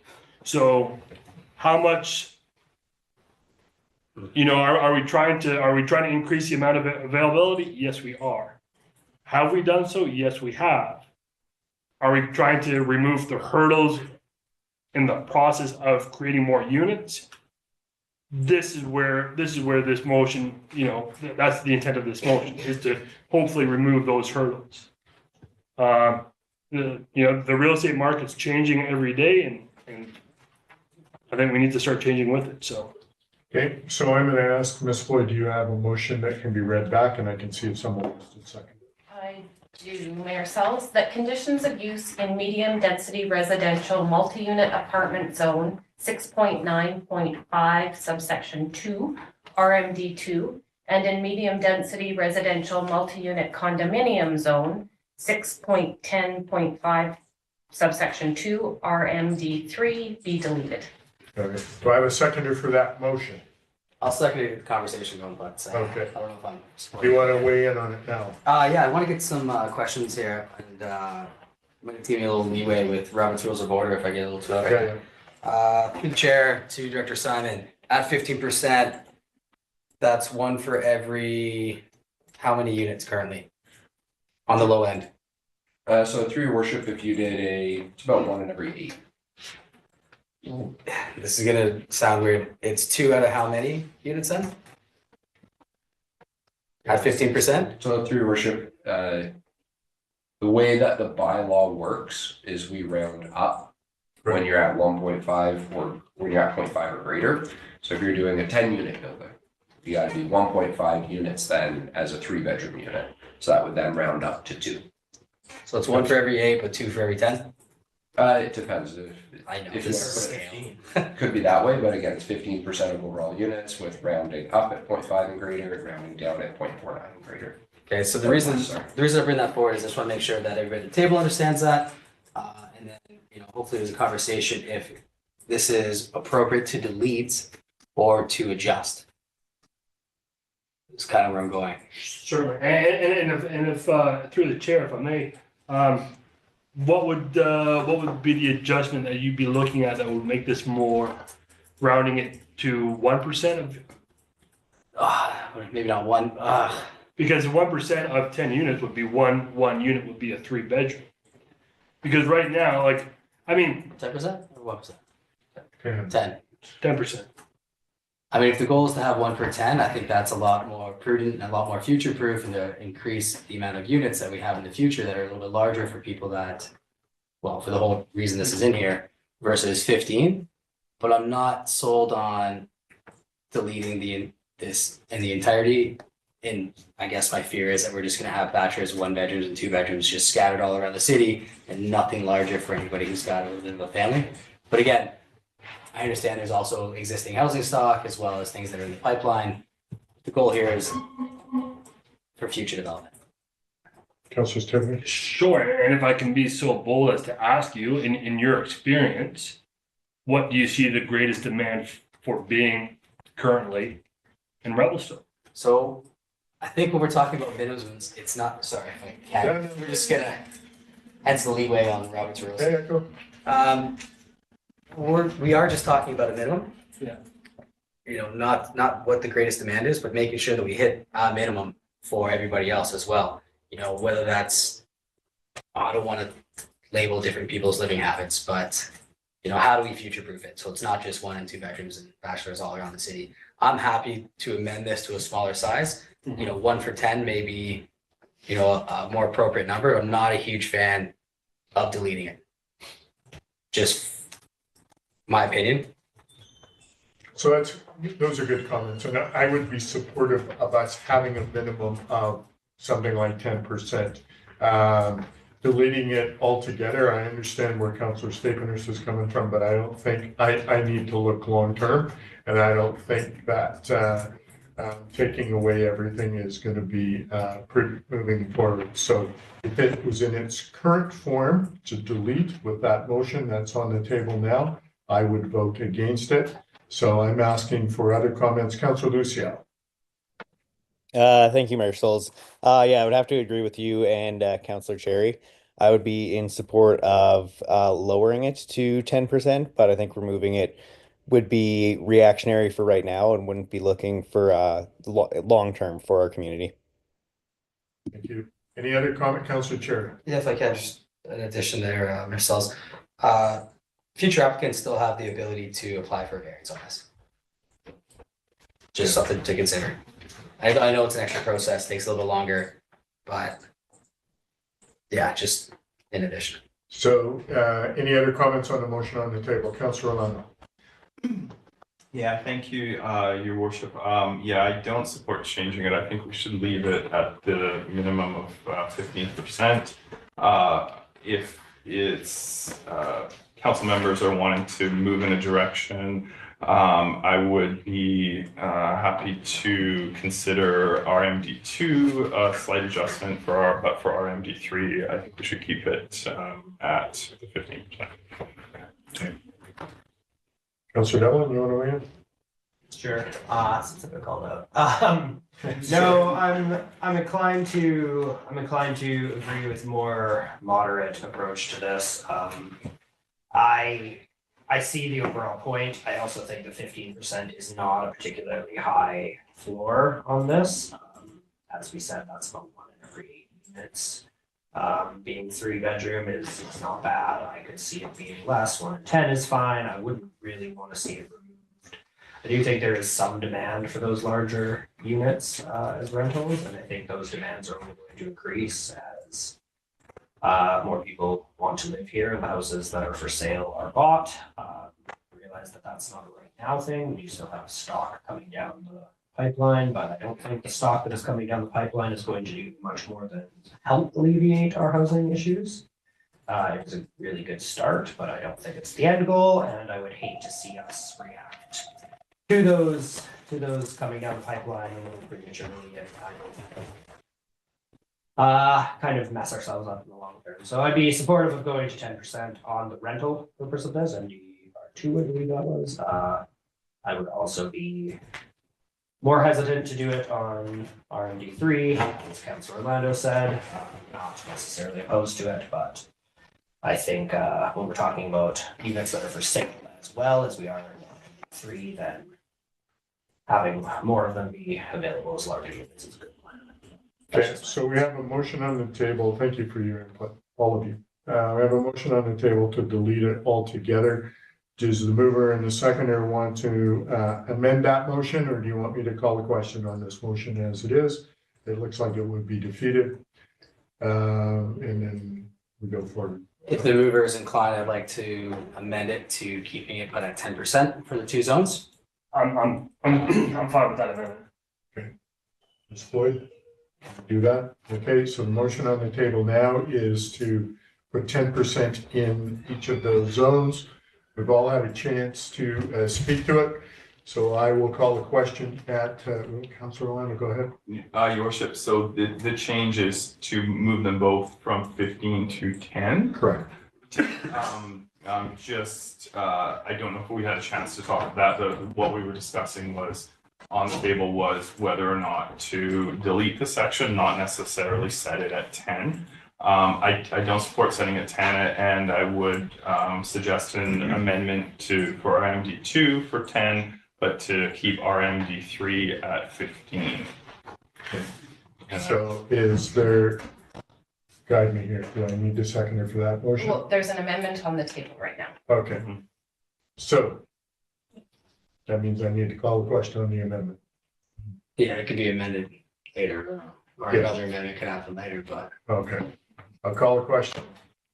10% both zones. All those in favor? Opposed? No, Councillor Orlando is opposed, balance of councils in favor. So that motion has passed. Do we want to look at something to amend the other one back to 15, or are we going to leave it for the time being? Councillor Orlando. just seeking direction from staff on this, since we've just made a resolution to change it in one direction to, if, for example, changing it again from 10 to 15 seems a bit legally strange to adopt one and then do another one right thereafter. Comment, Mr. Simon? Through your worship, Ms. Floyd may have more to add on, but it might be confusing in the minutes, but I don't think there would be anything that would preclude council from considering it. Agreed. Okay, so there's a question, I will go back to it. Do you want to make a motion to put 15% back into section 3? Yeah, so for the motion would be to leave RMD3 as written in the current draft bylaw at that clause pointing out 15%. The reason being is ownership possibilities and creating its effect across the community in zone or being zoned to it to create more family units for which are in demand right now.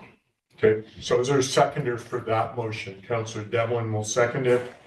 So any further comments or questions on the motion on the table?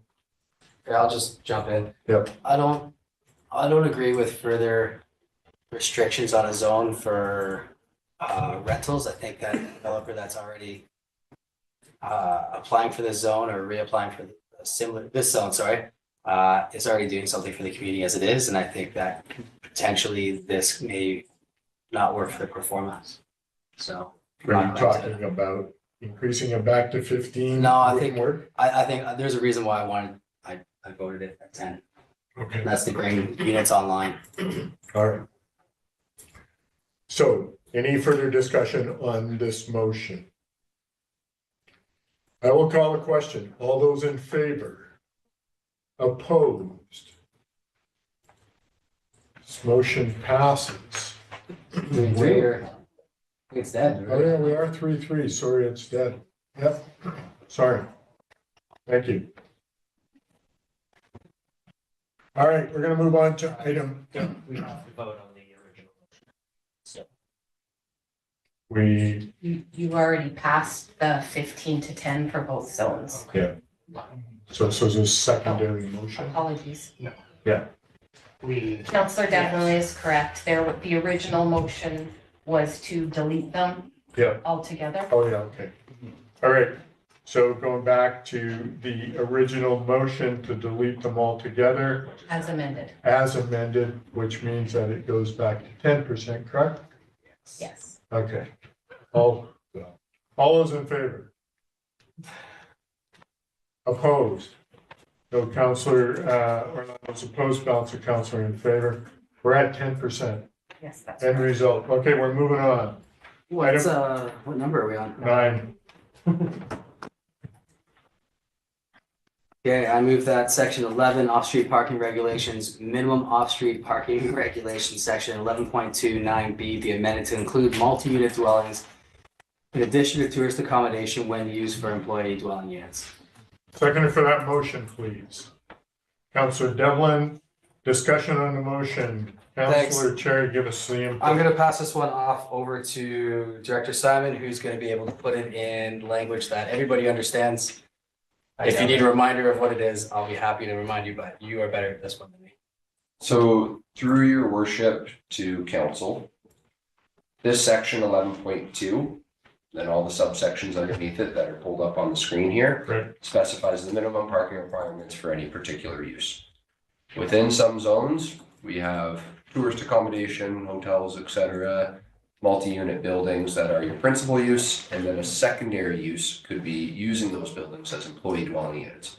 You use them as employee dwelling units, you're eligible for less parking, 0.5 spaces per unit. Now, what happens if we have someone come in and say, the whole building's gonna be employee dwelling units, and then it's a tough thing to verify over time. So what this clause does is caps it so that for the purposes of calculating parking requirements, only 10% of the units can be counted as employee dwelling units, just for the purposes of calculating parking. You can rent it all out to employees, that's fine, but you only get 10% of the units that qualify for the reduction in parking.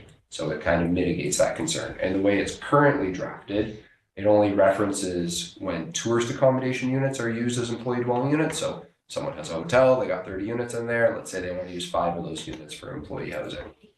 They can do that and they get less parking applied for those employee housing units. Now, we do have some zones where multi-unit dwellings are permitted as well as employee dwelling units. So this would be kind of catching a potential loophole where someone could come in and say, well, I don't need to provide 1.5 spaces or 1 space per unit now. I'm only providing 0.5 because they're all employee dwelling units. The max they'd be able to do is 10% of units now. And there's only 1 or 2 zones, I think, that permit both of those. But again, in the off chance that someone uses that, then it would clean up that loophole. Does that make sense? Yes. Any comments, further comments from council on this motion? Seeing none, I'll call the question. All those in favor?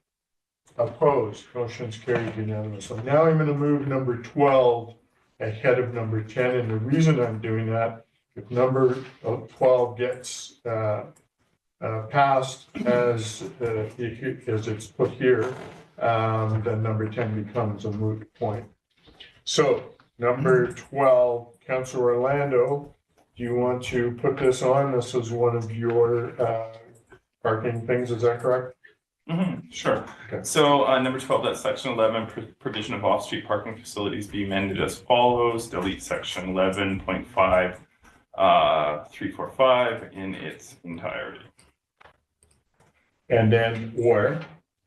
I'm not sure how to approach this actually, because we have 2 options. I discussed this with staff. I didn't anticipate that they would be written up both together. Okay. So explain your reasoning for this, if you don't mind, please. Sure. Yeah, we heard very clearly, both at the public hearing as well as recently from residents who are concerned about the impact of commercial developments in residential neighborhoods and especially parking. So for example, when parking requirements are waived or paid through cash in lieu, they're concerned that there's going to be a sudden increase in their of parking demand in the neighborhood and associated traffic issues.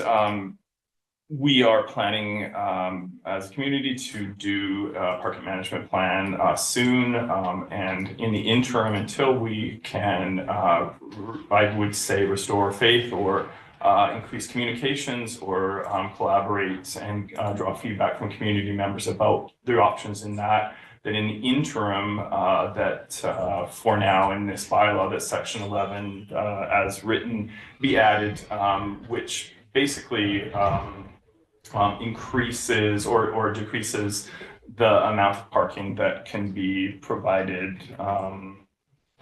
offsite. Yeah. Okay. Now, did I ask for a seconder on this motion so far? I did not. Does someone want to second the motion? Councilor Devlin, for discussion purposes. So, Mr. Simon, I'm going to ask for you to weigh in, but if I'm hearing this correctly, it basically removes the cash in lieu for off-street parking. Is that correct? Through your worship, yes, that is correct. So the sections highlighted here, section 345, it would essentially remove the ability for someone to satisfy minimum parking requirements via cash in lieu. And an important item for council to consider is when this is embedded in the bylaw, you're giving options for someone to meet the minimum parking requirements. This doesn't come back to council. It's not intended as a negotiation with you and the developer. Someone wants to meet our minimum parking requirements, you either got to do shared parking, if that's permitted in the bylaw, pay cash in lieu, or construct the parking on site. And if you can't do any of those, then you can apply for a variance that is at the discretion of council. What this amendment would do is eliminate the ability to pay cash in lieu to satisfy the minimum parking requirements. Councillor State.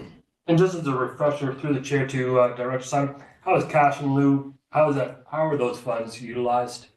So generally speaking, through the chair to Councillor Stapenhurst, they go into a reserve fund, and the city has been collecting them on and off for a number of years now. I don't believe there's been any expenditures from the reserve fund as of late. One thing we are looking at as part of the parking strategy, the legislation governing parking reserves was amended, I want to say sometime between 2017 and 2019, that expanded what you can use it for. So you can use it for end of trip facilities, for bicycle trips, for instance. And so as part of the parking strategy, we do want to revisit that cash in lieu program so that we start getting some capital projects behind it. Okay. Councillor Chair. Thanks, Marcel's. If we could get this back on the screen if that's possible. You might have just knocked the cord a little bit. And then I do have a question as well through the chair. So from my understanding is this removes the cash in lieu option, but still allows developers to apply for variances. I think that is not a good option, as we do have to do something about parking in the future, and this removes our ability to collect cash for that in its entirety. There was a comment that this is in residential zones, but I see MU1 zone. Is there any other zones that this applies to? So through your worship to Councillor Cherry, if it's okay if I unpack this one a little bit. Please, yes. So clause 3 here, this is applicable for all zones. Okay. All zones. Yeah, you can pay cash in lieu as long as you provide at least 30% of the parking on site, and then you provide an EV charging station for one for every 20 vehicles. Within the MU1 zone. If I can just ask a question on that one, sorry, as you're firing them off here through the chair. So for example, if a house that, we can look at one of our heritage houses now, if they don't have the ability to put a driveway in, but they want to add a suite, they're no longer allowed to do that. Correct? Through your worship, they would no longer have the ability to pay cash in lieu to satisfy the minimum parking requirements. Okay, please go on. So if I can just clarify from my mind, so if that were the situation, they would have to make sure that they had on-site parking for their suite. Is that correct? Through your worship, if you can't satisfy the zoning bylaw requirements, we won't issue you a permit unless you get those requirements varied or you find some other avenue, whatever the case would be to satisfy it. Okay, good, thank you. All right, Councillor Cherry, you were on a train of thought. Yeah, I might just allow, here's my train of thought. This has now become overly restrictive. It's removed the ability for people to figure out different avenues for parking. And it's not just affecting one zone, it's affecting all zones. Director Simon was just about to talk about some of the other zones, and I'd love to have a chance to jump back in for that. Okay. Councillor, or Mr. Simon, go ahead. Please. Through your worship, all I was referring to is just that in the downtown zone, you would be able to provide the way it's currently worded. And I know that to make it more confusing, there's another resolution subsequently after this to change clause 4 here. But the way it's currently zoned in the way it's worded in the downtown zone, you could pay cash in lieu for 100% of your parking space requirements. And the thought behind that was someone's doing a change of use, an existing building downtown. We do get this frequently. Now I want to operate X business out of it. X business triggers more parking requirements. Well, that business can't physically provide any more parking, so their only avenue to comply with the bylaw is to pay cash in lieu. So that's why the downtown zone gets a little bit more leeway.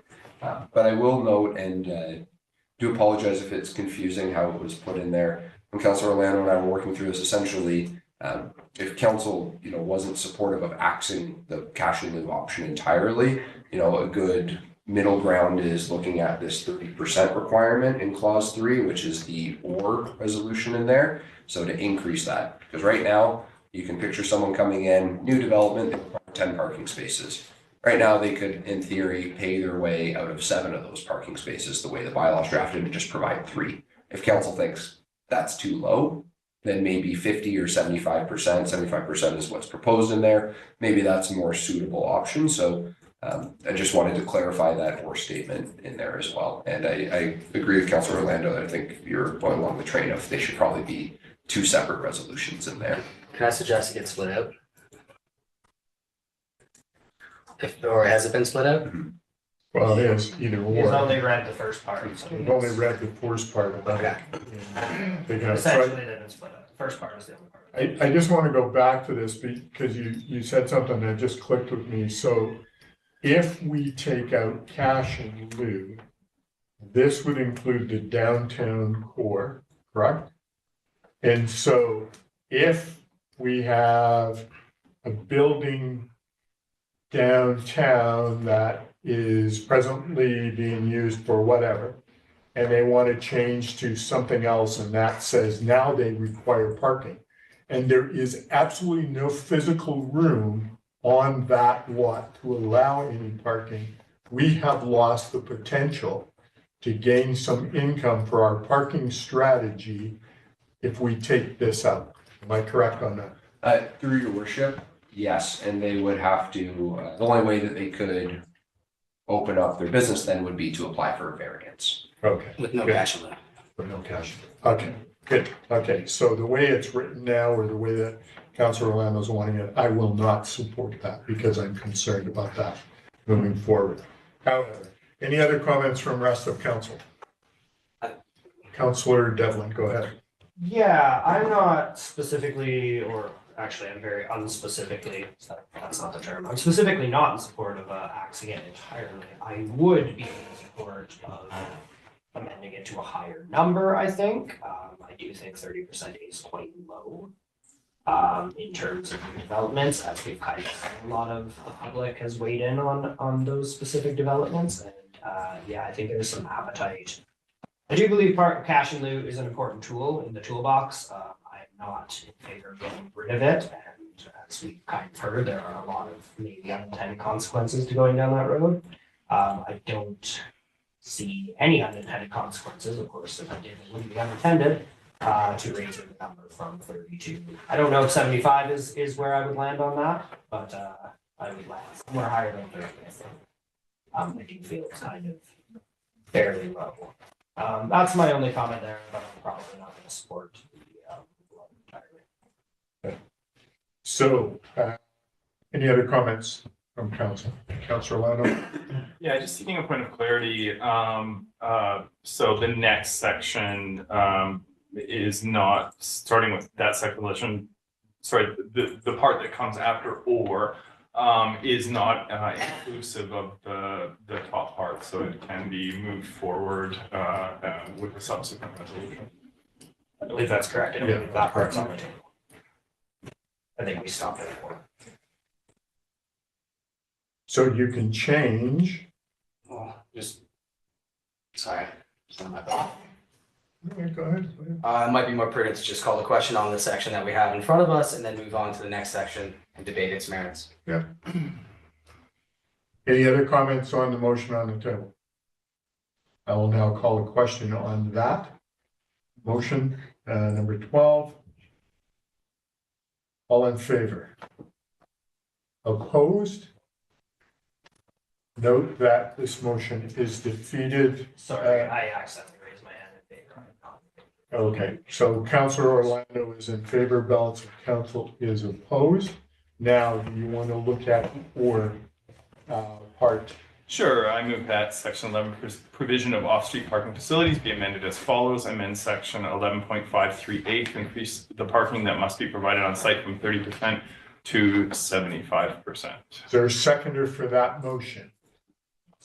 Councilor Devlin. Discussion on the motion. So Councilor Orlando, I'll allow you to weigh in first. Yeah, sure. So, again, as we've heard from residents expressing concern about commercial developments having outsized impact, council does not have the discretionary ability to prevent cash in lieu payments, meaning if they're proposed, then it will move forward. This increases the 30% on-site provision to 75%, so that they will need to provide 75% on-site and can provide extra spaces through cash in lieu off-site there. And again, the same statement before, and this was in discussion with staff about ways to proceed with this one. We are planning to do a parking management plan, which I feel is an opportunity to communicate with the public about some of the options and plans and things that we can do to alleviate parking concerns, especially related to as they relate to the downtown area and growing pressure in that area. After which point, I'm happy to revisit this as a bylaw amendment if we get to that point. For the time, but for the time being, it will help. I think is responsive to feedback from the community members, both at the public hearing as well as generally about concerns with the policy. Great.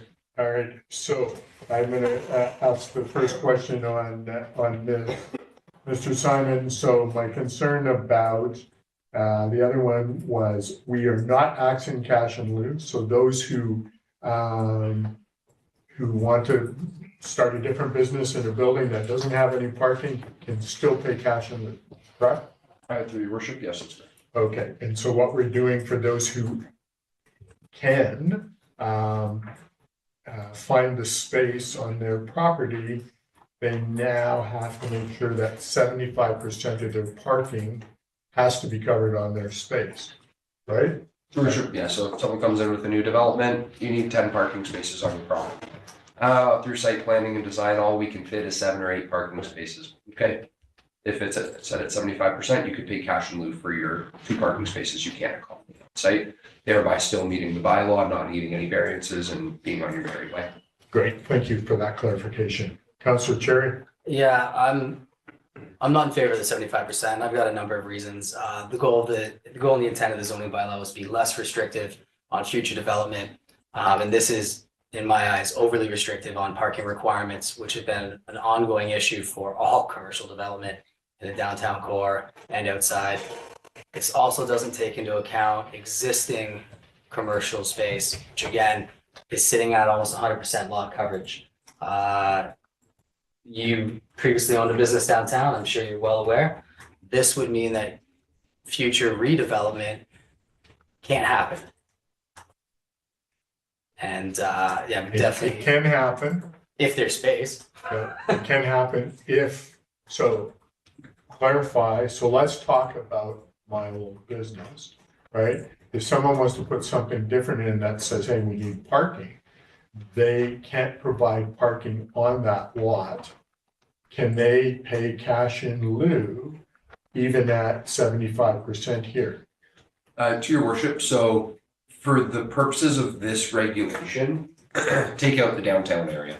Okay. The downtown area gets treated a little bit differently. This would be applicable everywhere else. Within the downtown, the way that the bylaw is currently drafted, you can pay cash in lieu for up to 100% of your parking spaces. Okay. So the downtown doesn't have to worry. The way it's drafted, you can always pay cash in lieu, even if you can't provide any parking on site. It's any area outside the downtown, which is currently the C1 zone and proposed to be the MU1 zone. Got it. Okay. Okay, thank you for that. So now you want to go back and weigh in again, Councillor Cherry. Is there any other council that want to, Councillor Dill?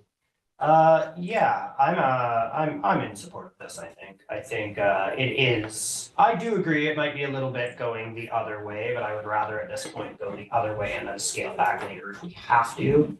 Kind of in the same vein as Councillor Orlando said, simply because parking has been such a conscientious issue with the public and especially when it comes to new commercial developments. Also, just it's kind of off topic and I probably shouldn't be commenting on it, but we jumped this in front of Section 10. Section 10 would conceivably deal with the issues that Councillor Cherry has were to pass, as that would then, if somebody were to redevelop a business, they would not have to apply cash in lieu at all. Of course, we don't know if that will pass because it hasn't been discussed yet, but yeah, I'm in support of this. I think it's a good way to address some of the public concerns. I don't think it's particularly restrictive in the sense that, yes, I know new developments don't like to provide parking, but maybe they probably should in a lot of the situations, so I'm okay with this.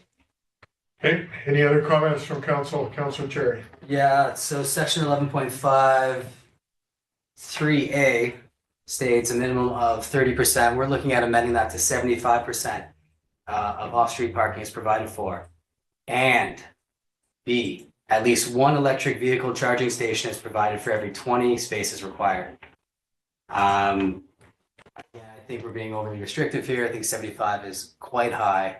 This also accounts for any of the residential zones, including our historical residential zones, which again, if they wanted to put a carriage suite, an ADU, a secondary suite, may not, or most likely will not be able to hit that 75% requirement. This will further restrict the ability for ADUs and secondary suites in a bunch of different zones. Okay. That's my issue at 75. Councillor Stapehurst, do you want to weigh in? Yeah, I'll echo Councillor Cherry's comments. One of the challenges that I faced back in 2016 trying to build a basement suite was the overly restrictive parking zoning regulations. I think we're going back into that rabbit hole with this. So I won't be in support of it. Thank you. Good. Councillor Lucio, would you like to weigh in? You're the only councillor that hasn't said anything regarding this. Yeah, I will be in support of this. I know that we are going in the opposite direction of some councillors' views, but I think having this set at a higher percentage will be beneficial in the future. All right, good. Councillor Devlin. Yeah, just as a side comment, in terms of residential developments and such, that could stem from this. I'm generally in favor of lowering parking restrictions for those across the board in terms of which I believe is part of the overall zoning thing in general, to be reduced. I'm certainly for people having to provide more of that lower amount of parking in the sense that then we are lower parking. Mm-hmm. I feel that new developments throwing cash at the problem just exacerbates the problem in the long term. I think we need to temper how much that can exacerbate the problem a little bit more than 30%. Except the starting point, and if we find that we're being overly restrictive, people do have the ability to apply for variances. If we see a lot of variances coming through, it might be worth relooking at this, but I think for now, this is a good starting point. Okay. I will call the question. Councillor Rolland, you want one last word? Yeah, just one final comment. As Councillor Devlin just mentioned, there is opportunity for variance. As I stated before, I see this as a temporary measure until we get a parking management plan in place, at which point I'm happy to revisit it. If through variance a proponent brings something forward that's reasonable, I'm sure council is going to support it. The concern I would have is things that are not within what we scoped and sensed or would anticipate in the interim to limit that until we have our plan in place, and after which I'm happy to revisit this amendment. All right, I'll call the question. All those in favor? Opposed? We are equal either way. This motion dies. Moving on back to number 10. I'm just pulling them up. It's having 6 people. Really affects us, eh? Yep. 10, is this me? I think it is. Yep. That's section 11, off-street parking regulations, provision of off-street parking facilities, section 11.54 be deleted and replaced with, notwithstanding 11.53AB within the MU1 zone where cash in lieu is paid to municipal reserve fund per parking space in accordance with the City of Revelstoke fees and charges bylaw as amended for a change of use to an existing building that does not increase the gross floor area. There is no requirement to provide off-street parking for electric vehicle charging stations. Seconder for this motion, Councillor Devlin. Explain the motion, please. Yeah, we've already touched on it a few times. This is about the downtown area and change in use. There's no parking. there probably shouldn't be parking in the future. You can't fit it, unless you change the square footage. I'm getting a little tired here. Is there any additions you have, Director Simon? Through your worship to all of council, generally speaking, we don't see brand new development on vacant lots in downtown. It's pretty rare, notwithstanding the example across the street. But what this would do is make sure that new development still needs to provide off-street parking. I guess they could pay cash in lieu for a portion of it, but they can't pay cash in lieu for the whole thing. The only time they can pay cash in lieu for the whole thing is if it's just a simple change in use. I'm going from an office to a restaurant needs more parking, can't provide any more, pay cash in lieu for it. As long as they're not increasing the gross floor area of the building. So you add a story, you increase the size of the building, you have to provide off-street parking for that. All right. Any comments from council? Councilor Orlando. Yeah, Your Worship, just a question for clarification from staff. So just side by side as written now and as amended now, just seeking one more explanation of the change with the new wording. Most certainly. So through council, the clause 4 that's on the board right now, someone comes in and wants to build a brand new building in downtown Revelstoke. They could, in theory, the way that it's written right now, which was not the intent, I'll say, so this kind of closes up a loophole. They could pay cash in lieu for 100% of parking spaces and provide zero parking. That wasn't the intent. Staff proposed it, so to deal with those change of use situations. This amendment would close the loophole for brand new development and only allow you to pay cash in lieu for any parking you need to provide for that change of use, as long as it doesn't increase the size of the building.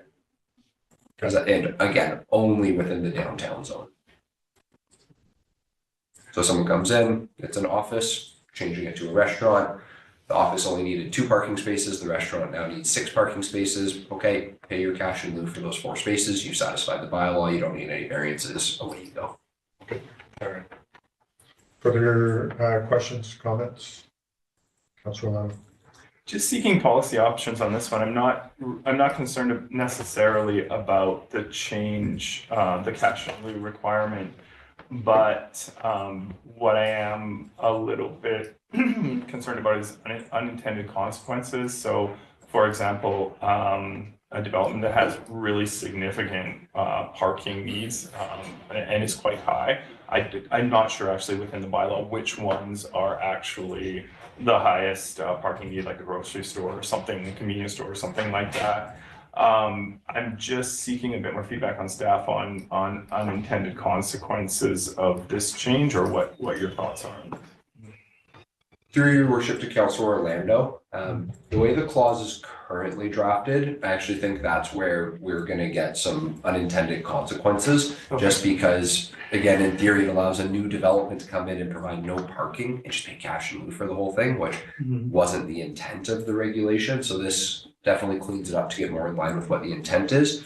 One really good thing as we were cleaning up this bylaw, all the uses that are permitted within the downtown zone are relatively comparable, more or less, for their impact on parking. The most intensive parking use in the downtown area is restaurants.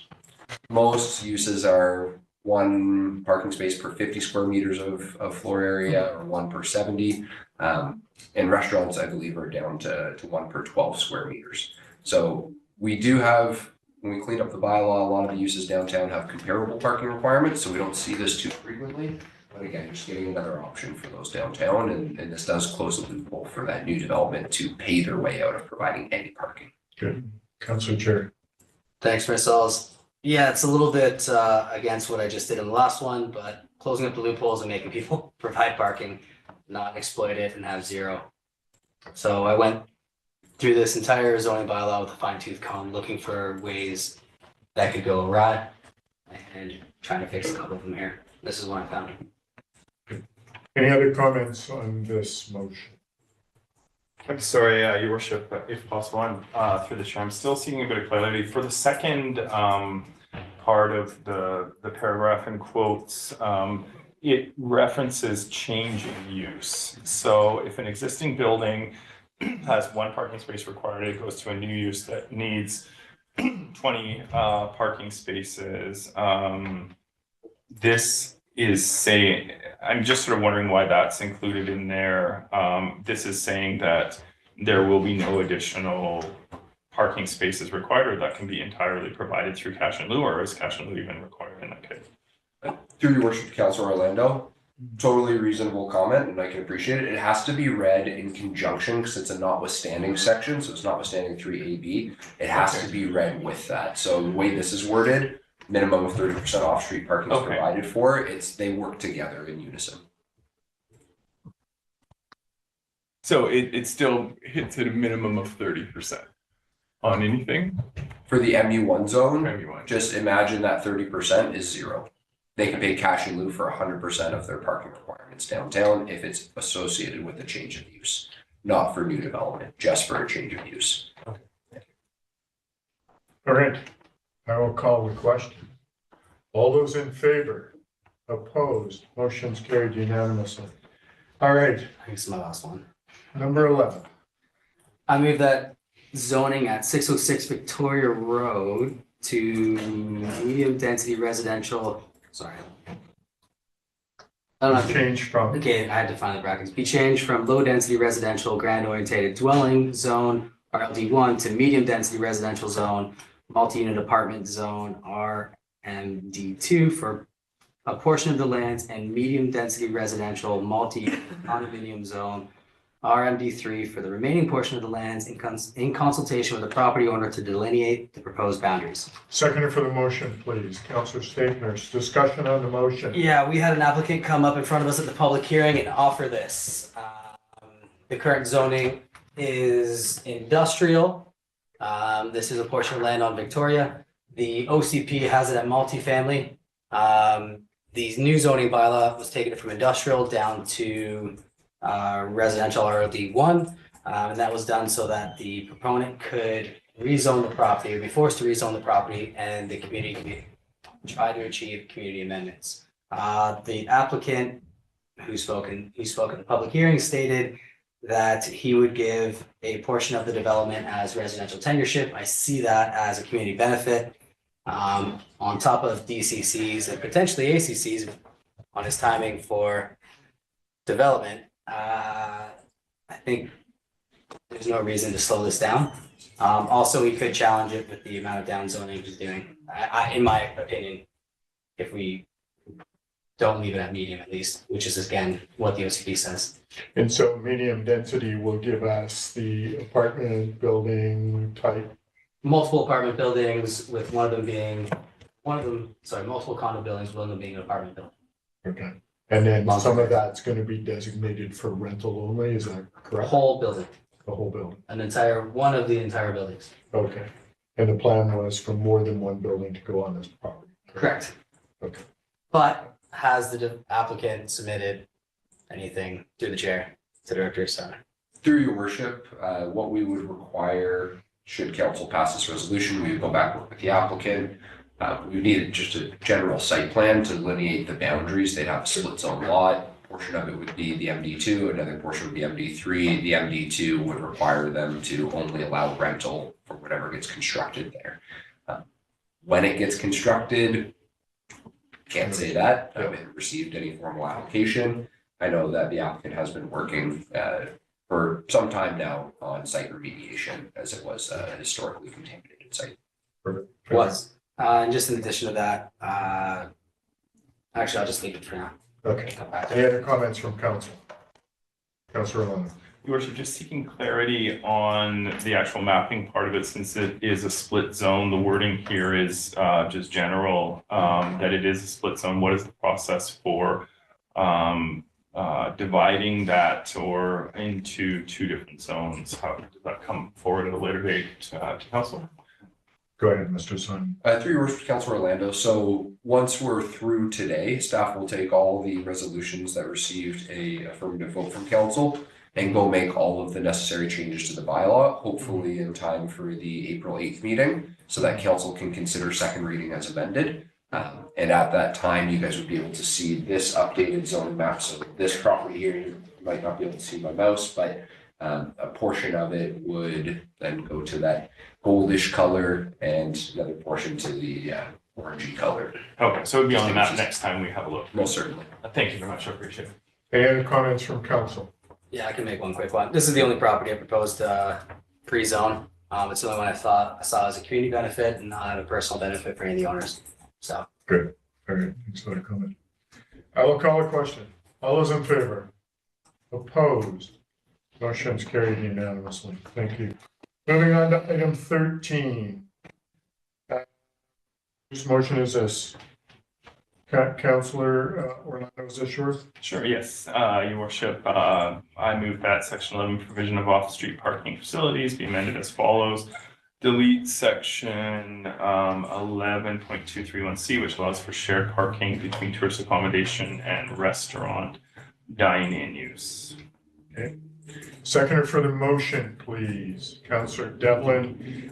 Councillor Orlando, will you weigh in on your reasoning for this motion, please? Sure, yeah, so planning staff might have more precise terminology than myself, but essentially this would remove a section that doubles up restaurant and tourist accommodation hotel rooms for parking space, allowing one parking space to be used for both uses.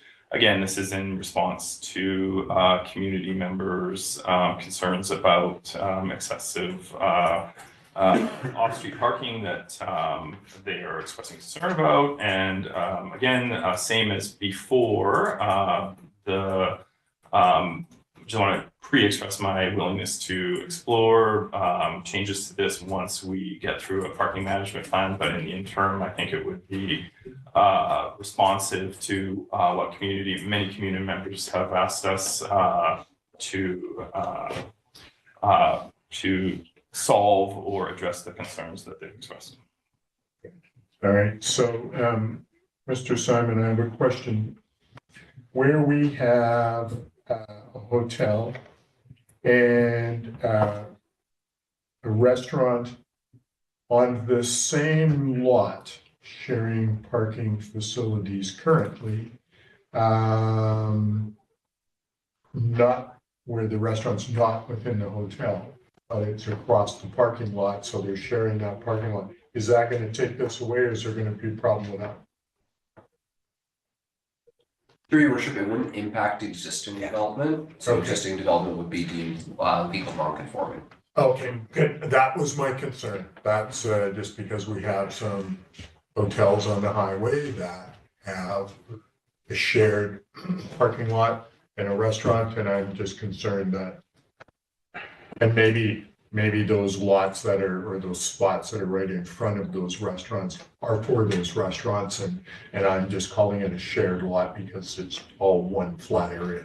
But that's why I'm asking. And through your worship, just to clarify, this clause that allows the parking spaces to be shared is only applicable in the downtown Okay, and the thank downtown you for fringe that. area. So out on the highway, they have to provide parking for both the restaurant and the hotel. Thank you for that clarification, Councilor. Which makes sense through the chair because everybody's driving into those places.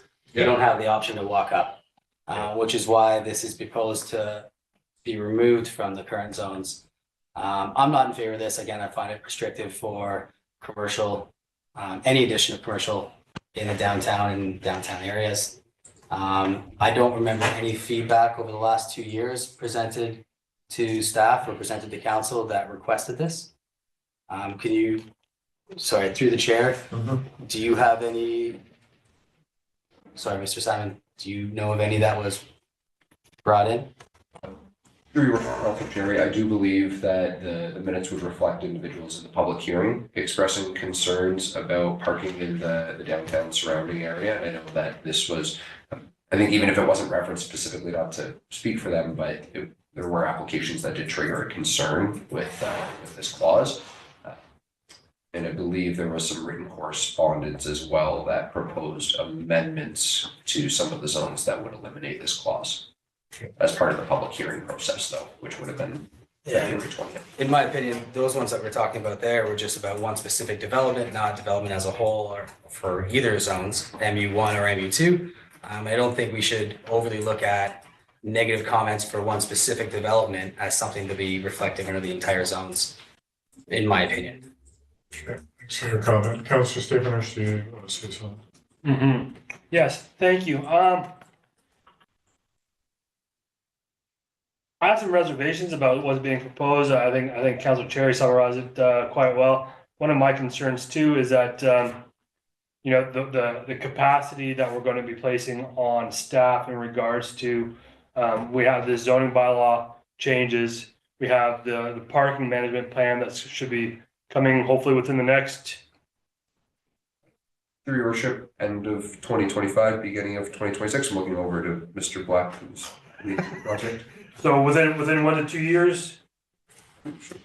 So and then we're gonna be going back and then amending the zoning bylaw. So it seems like we're increasing not only the workload for staff, but also creating an element of confusion amongst the public in regards to the direction that we're going in if we're changing. So those are my comments, and that's my concern. All right, Councillor Dillon. Just to respond to that through the chair, I think we're finding that that's going to be the process either way we do this. The zoning bylaw is a massive change, and then once we have a parking strategy, that will almost certainly require some sort of changes to a zoning bylaw regardless. I think the only way we could not do that is to not adopt any changes to a zoning bylaw, which would be a real waste of 2 years of work and not really something I'm super in support of. So I do see your point. It is extra work for staff, but I think that's just kind of the way that bureaucracies work, is that there's consistently going to be new things coming down the pipe that is extra work for staff. In terms to the motion here, I'm actually not in support of the deletion of that. From a logical standpoint, I can't see the point of having the people who are going to use the restaurant primarily have to have 2 spots to park in. Like, that just, to me, it just doesn't make any sense. There is plenty of walkability in the downtown core when it comes to parking a couple blocks away and walking to a restaurant. It's common in the winter, it's common in the summer, it's less common in the shoulder season because there's usually parking available. I could name probably far more businesses that do not have parking on site than do in the downtown core, and I think it's generally worked fairly fine. I appreciate public concerns. I do agree with Councillor Cherry that they have been directed specifically at one development, and I don't particularly find it good governance to base my decisions on a single development, regardless of my personal feelings about it. So I'm going to probably not support this. Any other, excuse me, any other comments from council? Councillor Lamb. Through the chair, to council, just reviewing my notes, we heard a lot of comments about concerns expressed from community members, and through revisions put forward today, those parking concerns, especially residents who live in adjacent neighborhoods and are looking to deal with them, we, if through not supporting this and including not supporting any other ones, we are removing, we are not taking, council is not taking action in response to listening to residents on these issues. So that's a concern for me. Number 2, we have the ability to address issues through the parking management plan, including making changes later once we have staff, or once we have the community on board and a plan put forward.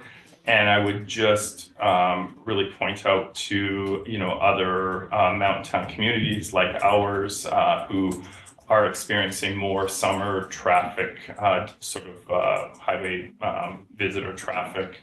Once you get to a tipping point, it makes your downtown a lot less attractive. And I think we have an opportunity here to build a little bit faith with all of those people who came out and expressed concern, and some of whom also expressed interest in participating in a parking management plan.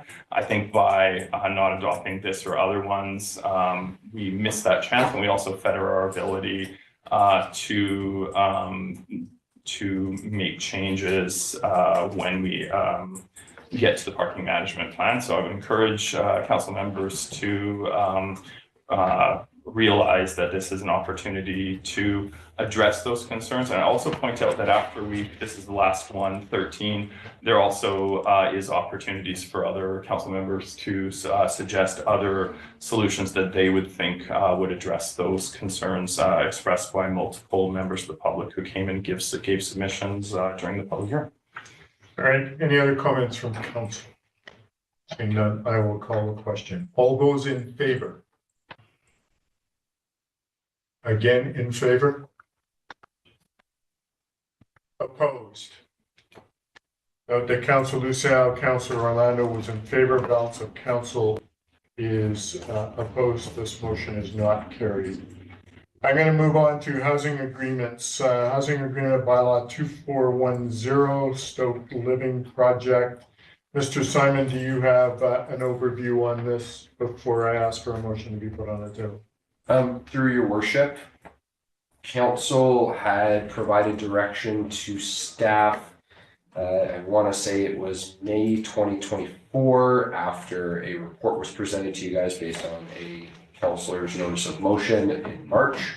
And council ultimately endorsed the ability for 4 existing housing agreements to be given the option to buy out of their housing agreements at a rate of $37,000 per dwelling unit that was subject to the housing agreement. The Stoke Living Development has a housing agreement bylaw 2276. That housing agreement bylaw itself does not actually allow for cash in lieu to be provided, so it needs to be amended. And the way that it is proposed to be amended in working with the proponent is to allow them to provide a letter of security, a letter of credit rather, for 5 of the 10 housing units to pay cash in lieu at a rate of $37,000 per unit. So a total of $185,000 that would go into our Affordable Housing Reserve Fund. The city would cash that letter of credit by March 31st, 2026, and the housing agreement has terms to specify this. Essentially, the owner would like to be given a year to unpack the potential to rezone their lands and potentially amend the housing agreement bylaw further. I'll note that both those items are subject to the discretion of council, and if council is not supportive of that, then as of March 31st, 2026, we would cash that letter of credit, or the owner would be required to provide the 5 rental housing units in accordance with the terms of their housing agreement bylaw. So this amendment would allow them again to provide a letter of credit for cash in lieu, would be cashed March next year if they do not provide the 5 rental housing units by that time. And I will note that the way the housing agreement bylaw is currently drafted, the owner can get to the point that they can build 18 dwelling units on the subject property, but we will not issue occupancy permits for any more than 18 until they provide the 5 rental housing units. They are at that now, so they need to understand what their options are to either pay cash in lieu or find a way to provide the 5 rental housing units. And if council is not supportive of giving them a year, then you could direct us to go and amend the bylaw in accordance with, I believe it is option 2, so that they have to provide the cash in lieu immediately, as opposed to a letter of credit that would be cashed a year from now. That's Mr. Simon, that's what I would propose. To get the money up front rather than wait a year. I haven't put a motion on the table here, so I'm going to ask for council to weigh in. Councilor Cherry. I think it should be noted that this developer has been waiting 2 years for us to finish our zoning bylaw so that he can get out of his CD zone. The density bonusing program he was forced into, in my opinion, which is what caused the housing agreements, wouldn't be applicable today with provincial legislation. He has not received any density bonusing. And outside of the CD zone, if I'm correct, I believe the only thing that's leaving him in the CD zone is if I can, to the chair, is the housing agreement.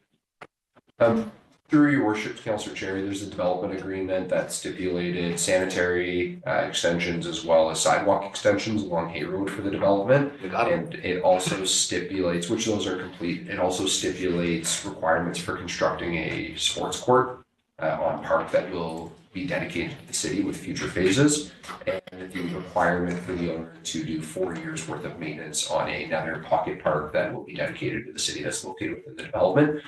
Getting out of the CD zone, those development agreements, housing agreements run with the title, so the zoning doesn't impact them concretely. We may need to do some amendments if the zoning is referenced within those agreements, but that's something that staff can unpack as part of should the owner choose to apply for a rezoning. We can make sure that all the T's are crossed and I's are dotted before it comes to council for consideration. I gotta unpack a bit more if I can. What's that? I gotta unpack a bit more. Okay, that's fine. And so my question is, am I providing hindrance by asking for the money upfront? Through your worship, I would say it's at council's discretion. You guys still have the ability, if you do get a rezoning application and an application to amend the housing agreement further, that would eliminate the cash in lieu payment before the securities forfeit. Council can say no to that. These are bylaws that are subject to council discretion. If you're not satisfied with the terms of the agreement, then again, totally within council's purview to deny it. What the security does, and by really specifying in the housing agreement bylaw that the security is forfeit by X date, which is March 31st, 2026, it just gives the owner time to compile an application, as Councillor Cherry indicated, now that our zoning bylaw is working its way through the process, and come before council to see if they can propose something that would satisfy council to make changes to the housing agreement bylaw and zoning of the property. I'm not opposed to them doing all those things and coming forward. I just don't want to lose that $37,000 per unit. That's why I'm asking for the money up front, and that's kind of why I'm suggesting. I don't want to hinder what they're doing or set roadblocks up for them by any stretch of the imagination. I want to make sure we get the funds. And so that's why I'm asking. So that's why I'm asking, is there anyone in council to amend the housing agreement or whatever it's put before us to ask for those funds up front? And then, you've been speaking with the proponent. Do you think that they would be willing, or am I going way off on a tangent here that I don't need? You can ask. Through your worship, what would happen is you guys would go with option 2. We'd recommend reading the bylaw first time and then direct us to amend the housing agreement bylaw to eliminate the ability for the owner to provide security for the cash in lieu and require payment. The owner would then have a decision to make, because they always have the ability to just provide the 5 rental housing units. Right. Whether or not that works within their operations, I can't tell you. That's at their discretion, obviously. But we would then obviously go back to the owner and say, here's the direction from council. And if they have any major red flags or concerns with that, I'm sure that they would inform us at that time. Good. Councillor Chair. Thanks, Marcellus. Through the chair, to Director Simon. Theoretically, this is just coming out of the comments you just made. Provide rental housing. Theoretically, could they not just apply for the new zone for rental tenureship and provide it? Or is that not an available option for them in the future? Through your worship, to Councillor Cherry, they would be able to apply for it. I know we have a long meeting without getting into a big rabbit hole here. It's only available in the medium density zones. They have a low density land use under the OCP. It might trigger an OCP amendment. So it will be a process that needs to be unpacked. But again, I'll note any rezoning application, any amendments to the housing agreement bylaw, council is the final decision-making authority. So even if we get this secured through a letter of credit, the owner says, I want to amend my zoning, I want to amend the housing agreement bylaw, and council says, no. Then we cash the letter of credit March 31st, 2026 and deposit $185,000 into our affordable housing reserve. Yeah. Either way, we get the money. Either way, we would be entitled to that money depending on council's decision. Yeah. Through your And worship. that's why I'm, go ahead. Oh, sorry, just to clarify, or the owner provides the 5 rental housing units. They always have that option. Yeah. And that's why I'm asking opinions of councillors before we put this on the table. I could probably live with either way, but I want to make sure we get the money. Councillor Dillon. Yeah, through the chair, just to comment on that, I think from my point of view, we have added the option for cash in lieu. That was kind of the balance we were trying to find with these developments. That they were, so from what it sounds like to me, and maybe this is a little bit of a harsh point of view, is the proponent here is trying to get out of both, essentially. They're trying to give themselves a timeline in order to dodge their commitments that they've made to be a part of this process. And I'm not particularly interested in allowing developers to do that as a general rule, so I would be in favor of taking money up front, absolutely. I think that way, or the rental units, of course, that is always an option, but either way, then they have to meet their commitments, and they don't have the option to put it on hold and then try to find a rezoning to get out of both. Any other comments from council? So then my suggestion is we do first reading, and I'm going to ask Mr. Simon to go back to the people with the 37,000 per unit, or they build the 5 units. So not take a letter of credit? not take a letter of credit, which is worth its weight in gold. I'm wanting money up. That doesn't mean you guys have to vote in favor, but I'm just, if you think that we're gonna go down that route, Counselor or Mr. Simon, we're gonna get our money no matter what, they can't get out of it. Is that correct? Through your worship, it would be either the money or the units, unless between now and March 31st, should the housing agreement bylaw amendment go forward in its current form, council would adopt changes to the housing agreement bylaw that would preclude the requirement to provide units or cash. So the only way that they get out of it is if council agrees to future amendments to the housing agreement bylaw. And if council does want the housing agreement, if the desire right now is to say, don't allow the option for a letter of credit, don't let this sit for a year, then we would recommend giving first reading and then giving direction to staff to amend the proposed bylaw to eliminate the ability to provide a security and require cash in lieu immediately.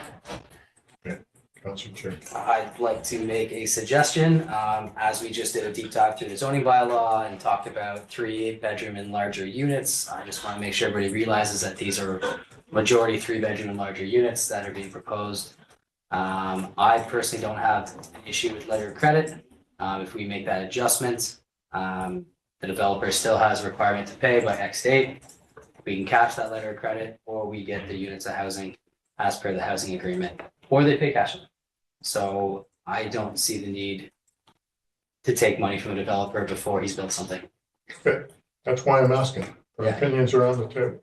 I can live with that. I'm looking to get more units on quicker, especially when we're, circling tariff war and potential economic crisis around that. So, Mr. Simon, if we go through all 3 readings, we'll still have the ability to get our money by March 31st, 2026, correct? Through your worship, yes, for the 5 units, Yeah. notwithstanding any future changes that council may deem appropriate. Okay, someone want to put the motion on the table for me then for the first reading? Councilor Dell. Move the housing agreement amendment bylaw number 2410 be read at first time. Seconder for the motion, please. Nobody, Councilor Staples. Any further discussion on the motion? All in favor? So just for clarification, before we call the question, your worship, this is to allow for the letter of credit. Correct. Thank you. All in favor? Did you have a comment? Just a point of clarity, just apologies procedurally. Your question of cash up front, you're not planning to advance that at this point? I'm not going to advance that at this point. I feel comfortable enough now after discussion around it. So I will go back to call a question on this first reading. All those in favor? Opposed? Motion's carried unanimously. You want to go to the second reading? Someone wanted to do that. Is there an issue, Councilor Chair? Yeah, can I just ask, Yeah, go ahead. if I can through the chair, the Director Simon, are there any changes that needed or conversations you need with the developer between now and 3rd that would slow this down or that you need to consider? Through your worship, Councilor Cherry, so this bylaw has been reviewed by the proponent, it has been reviewed by our legal, and so I don't believe that they didn't raise any concerns with it as it's currently drafted and presented to council. Thanks, sorry to second guess you. So we're not slowing it down. All right, so I'll put them on. Councilor Devlin, did you want to put number 2 on? Yeah, I'll move the housing agreement amendment bylaw number 2410 be read a second time. Second for the motion, please. Councilor Lusal, discussion on this motion, reading it a second time. All those in favor? Opposed? Motion's carried unanimously. Number 3. I'll move the housing agreement amendment bylaw number 2410 be read a third time. Second for the motion, please. Councilor Staples, any discussion on this? All in favor? Motion's carried unanimously. Thank you. Thank you for allowing me to ask these questions. Moving on to 11, staff reports, CED Etsy grant application. Ms. Moffat, do you have an oversight or something you want to weigh in before we ask for this to be put on? Your worship, council, not at this time, but I'm here to answer questions. Hey, now you got to think up a question. Is that it? All right, someone want to put the motion on the table for Councilor Lana? Yeah, your worship, I move that an application be submitted to the Economic Development Trust of the Southern Interior for the funding through the Building Economic Development Capacity funding stream to support an economic analysis project to support cultural planning, socioeconomic impact study, and backcountry recreation access projects. Second for the motion, please, Councillor Cherry. Further discussion on the motion? If Go ahead. I may, yeah, your worship. So this is a request for support to apply for funding through this funding stream for these projects. Cultural planning is something that's identified in our strategic plan for working with all stakeholders in the culture sector going forward. There's also backcountry recreation access projects, which has been a long-standing goal of the community to get to better coordination of backcountry recreation and multiple stakeholder values. Yeah, and this is a grant application, and I encourage council to support it. Good. Any questions of Ms. Moffat? No question, just a comment. Okay, go for it. This is something that's been ongoing prior to our time on council. When I was with CED for 2 years, this was a priority. So happy to see it's taken a long time, but happy to see that it's coming to fruition and excited to see where it goes next. Great. Yeah, you're okay with it? I'll call the question. All those in favor? Motion's carried unanimously. Thank you, Kat. Appreciate your time. Moving on to 11B, there's a motion or a package of motions here, recommendations that you've been given because of some timelines that I threw at Ms. Floyd in the last hours. And so recommendation, I'm going to put this motion on the table.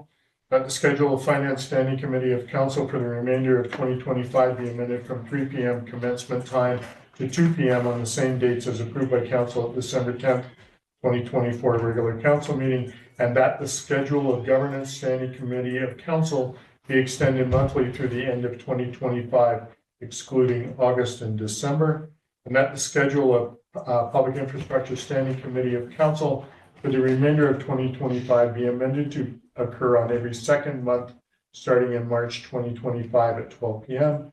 And that the complete schedule of 2025 meeting dates located in the city's website and posted in the public notice board in City Hall be updated to reflect the Finance Committee time change.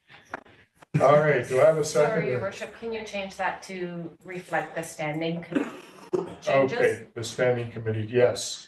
Updated to reflect the Standing Committee changes. Thank you. Do I have a seconder for that motion? Councillor Devlin. Any discussion on that motion? I'll weigh in a little bit. I asked for Finance Committee to be moved up a little bit, just so we can accommodate all of councillors around the table. Childcare becomes an issue, and so that was what worked for staff. So any concerns? Governance Standing Committee, we're just going to extend that so we can get through everything. Public Infrastructure Standing Committee, I have spoken with Mr. Black about that. We have a meeting tomorrow for the PIC, and we're going to amend that to occur every second month. It's getting to be a bit onerous on the engineering staff. And that's pretty much it. Any other comments or questions from council? I will call the question. All those in favor? Opposed? Motion's carried unanimously. Thank you for that. Mayor Saul, is there any chance we can get a quick break here? Yeah, sure. We'll take a 5-minute break. 6.5 if you push. Paul, could you mute, please? Ms. Delasall, we're just going to take a few minutes.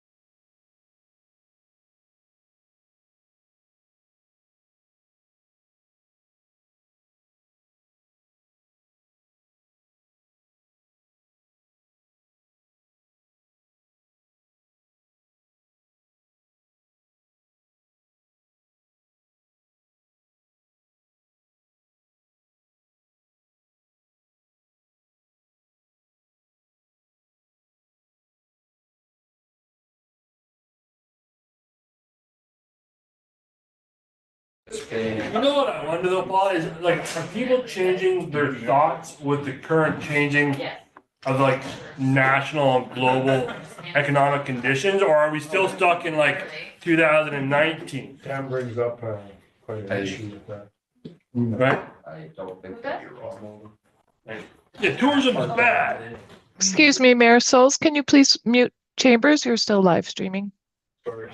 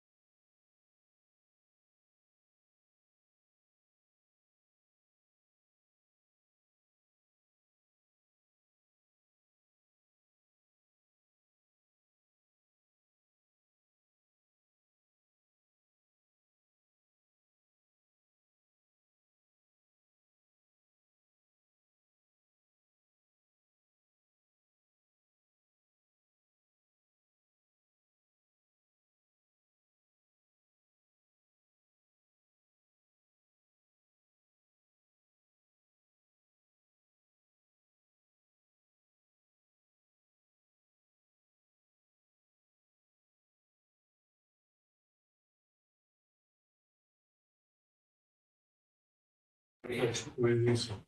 Ms. Delasal, we're all ready to go whenever you are. Certainly, one moment, please. You are live again. Great, thank you. Item 11C, CBT ready grant recommendations. Does someone want to put that on the table for me? Councillor Devlin. We'll move that funding allocations in the amount of $383,491 from the Columbia Basin Trust Resident Directed Grant Program for 2025 is recommended by the Program Evaluation Committee, be approved by council and sent to the Columbia Shuswap Regional District Board for approval. Seconder for the motion, please. Councillor Lucille. Any discussion on the motion? I just, go ahead, Councillor Lana. Yeah, Your Worship, probably just should have jumped in there a little bit earlier before we read it out, but just to point out, as per normal, with the ready grants, we've approached conflict issues related to them, being that it's a block vote for the entire as proposed, that we proceed in that fashion, just seeking clarification. Okay, so Ms. Wood, you want to weigh in on this? Sure, through the main, Councillor Orlando, yes, if it's a block, that's fine. If council decides to have a more robust conversation about specifics and you have a conflict, then you could declare a conflict at that time. Okay, so I'd like to vote on them as a block. They've already been vetted through the selection committee for the CBT, evaluation committee. So I don't think anyone can declare a conflict on that. Any other comments on this motion? Seeing none, I'll call the question. All those in favor? Opposed? Motion's carried unanimously. And I want to say thank you to Ms. Delasal for all her work in dealing with the CBT and the Ready Grant programs. Thank you for all you do for the community with that, Ms. Delasal. All right, we are moving on to things that flow south. Liquid Waste Management Plan Stage 3. And Councillor Cherry, you're Yes, anxious to either read this, or do you want an overview at all before? I need an overview from Director Black. Please. Okay, good. So Director Black has given me his notes, so I'm going to give him the notes back so he can give you the overview. And Mr. Black has Mr. Rupick and Mr. Huggett here as well. So Lots of technical he's got support. I hope Jonathan and Dragon are still there. They are. Yeah, they're both there. Perfect. So this is our internal team for moving the wastewater treatment plant forward. POO plant began in operation in 72. Liquid waste management plan, which is a provincial mandate that we develop a plan that addresses wastewater, stormwater, infiltration. Was completed stage 1 in 2018, which is just a broad planning document. Stage 2 is more refined, getting down to how we're going to deal with all of the items. Stage 3 is the actual implementation. This is our third version of the Stage 3. As council is aware through previous reports, the province has directed us one way, changed direction, and then we've gone back to the original phase approach. We have a design that's roughly 60% complete. We've gone through public with the previous two versions. Should council adopt today's revision 2, we will take that back to the public, send it to the province, and move forward. The notice to proceed, and let me back up 1 second. We've also done 3 versions of notifications with the First Nations. No comments to date.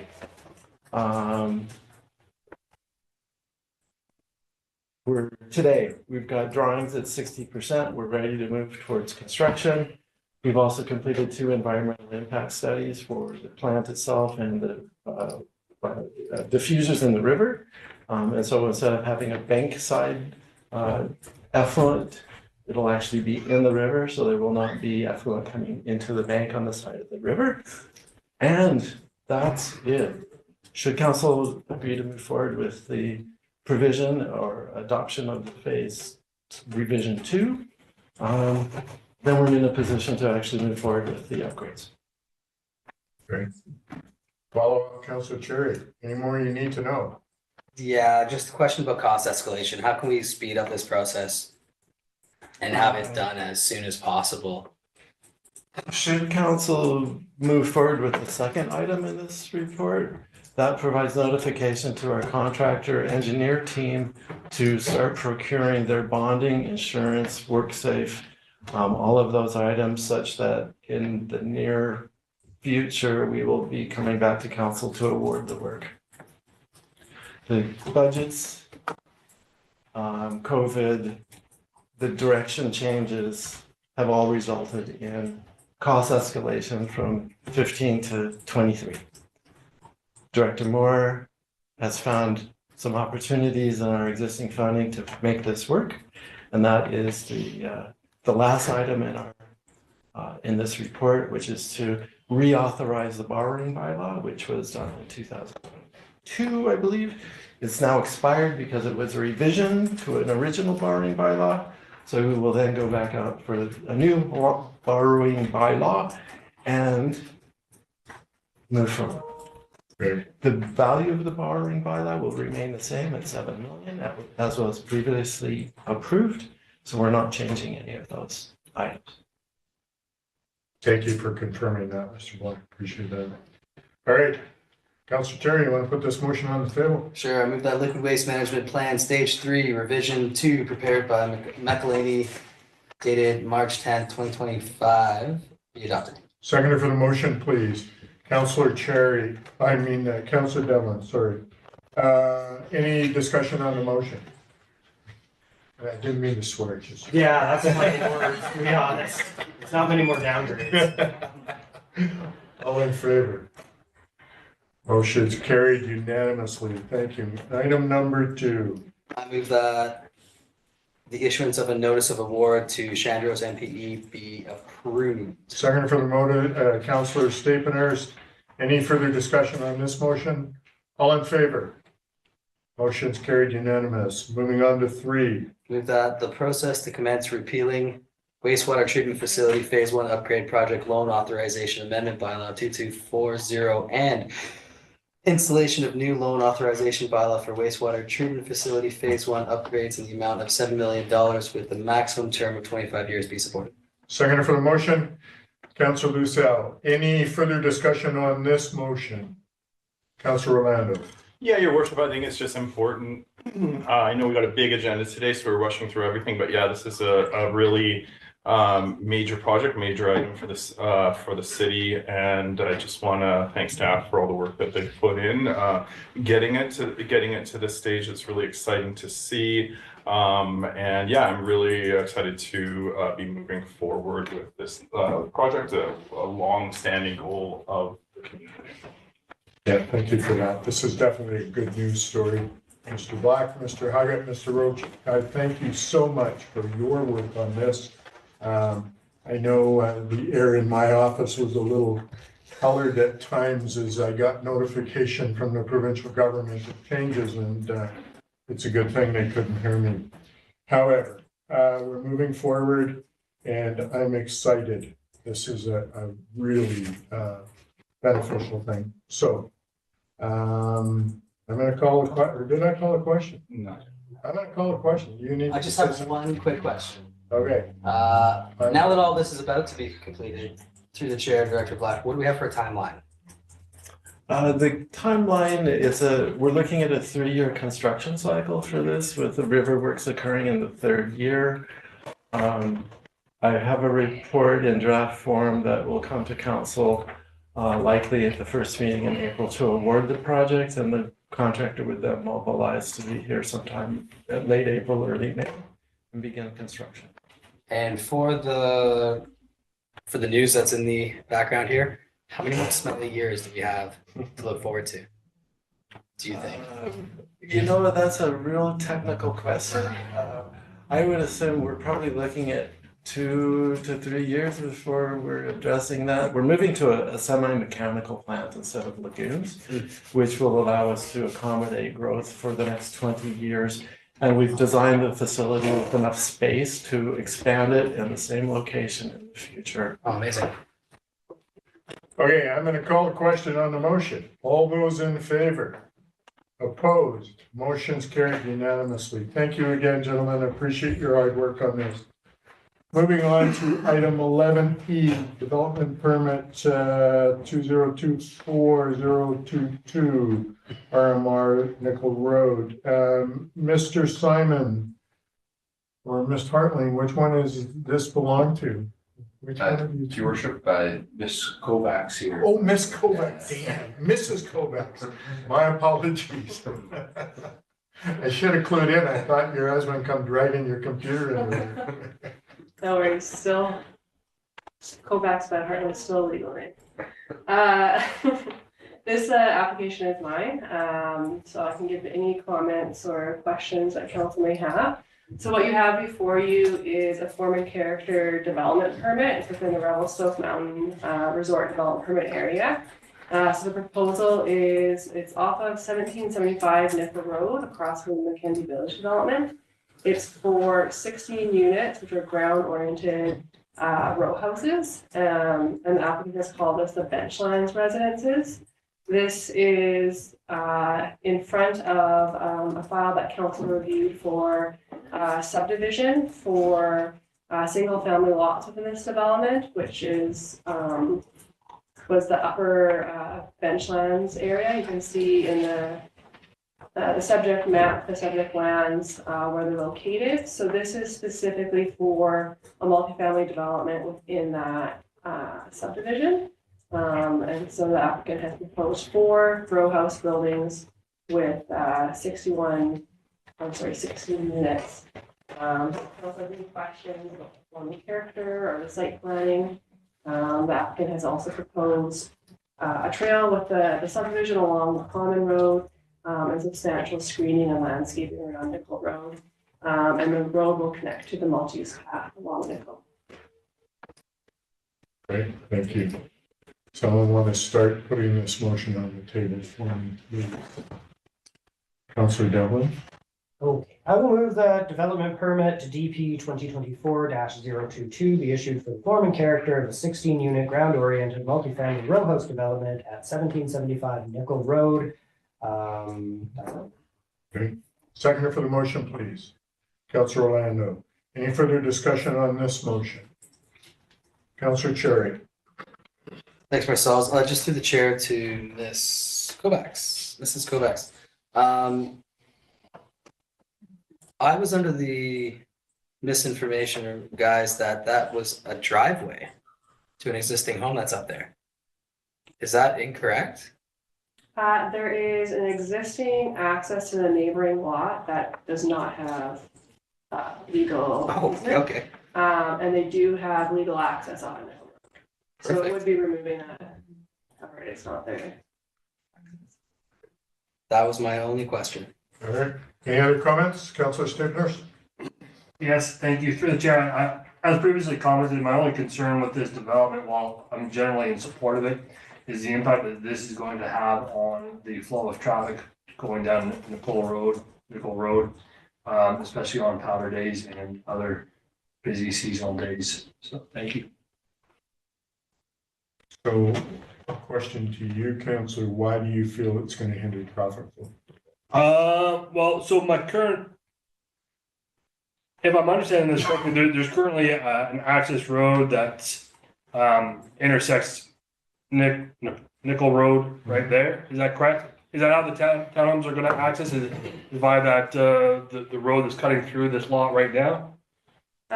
So through the chair, this access road would be for these 4 row house developments, and then there's 15 single family lots as well. And then the property is split by a steep slope, and then the lower bench lands are serviced by the Spruce Road connection. So the other multifamily development will be lower down. So there will be increased development off of this common road, but it's not the entire development. It's split by the slope. Yeah. So if I'm understanding this correctly, my concern is that those people that are, say for all intents and purposes, they're traveling to the resort from these new townhomes. So they're going to be at that intersection turning right now, and we've all seen the steady flow of traffic. At Airport Road, you turn right on Nickel Road, and now you're going to have these other cars trying to merge onto or turn right, and so that's my concern. I think I'd like to see I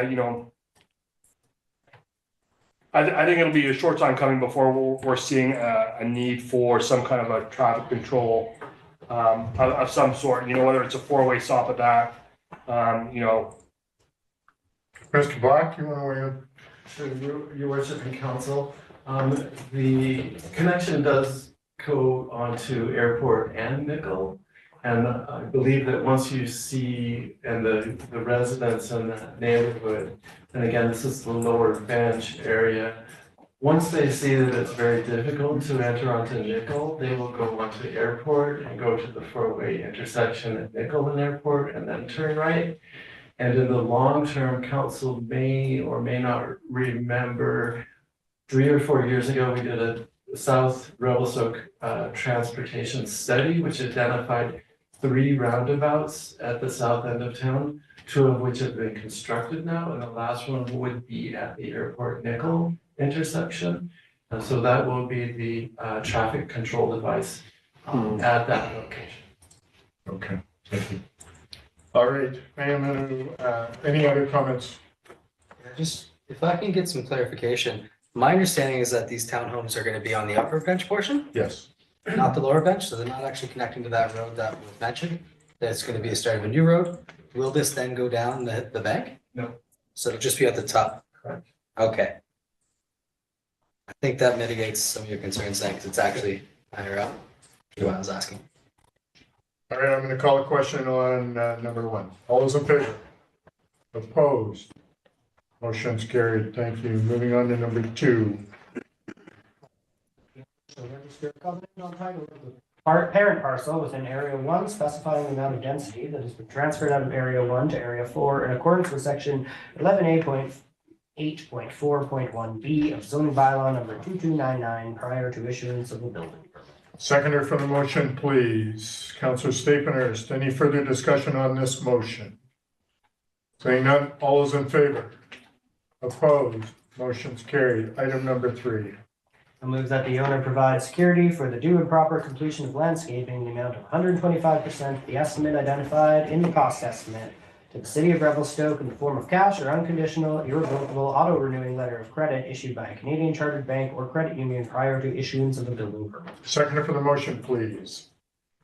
Councillor Lucelle, any further discussion on this motion? All in favor? Opposed? Motion's carried unanimously. All right, moving on to correspondence. Memorandum to council regarding the UBCM request for SOGA recommendation modifications. Ms. Floyd, comment. Thank you, Your Worship. So we received a request from UBCM to modify the resolutions. 2 of the 4 resolutions we submitted to SILGA slightly just to make them more clear. So I have included in a memorandum the proposed changes and just want concurrence from council that you are supportive.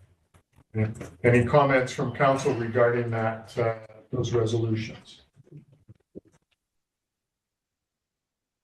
Councillor Devlin. Do you need a motion to? Yes. Yes, please.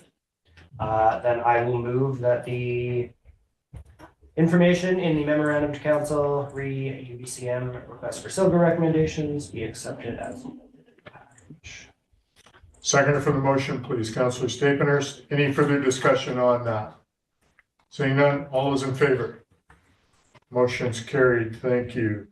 South Revelstoke mosquito control letters. We continue to get those letters. We will pass them on to CSRD. Is that correct?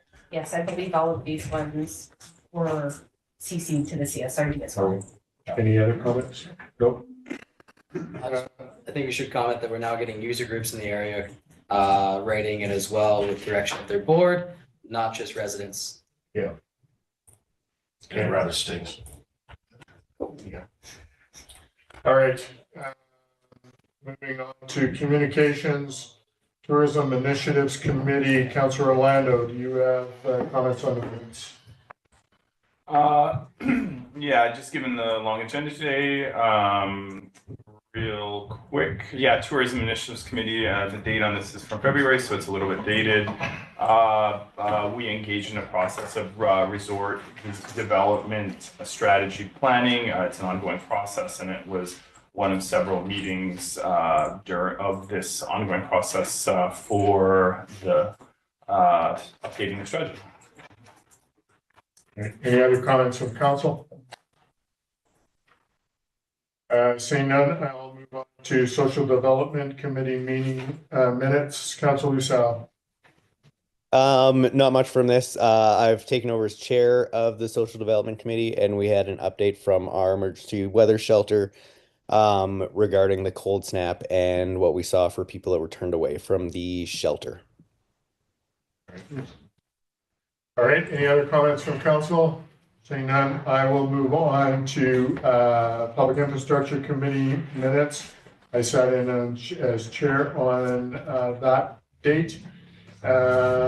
We had some information provided regarding the logjam, images and video.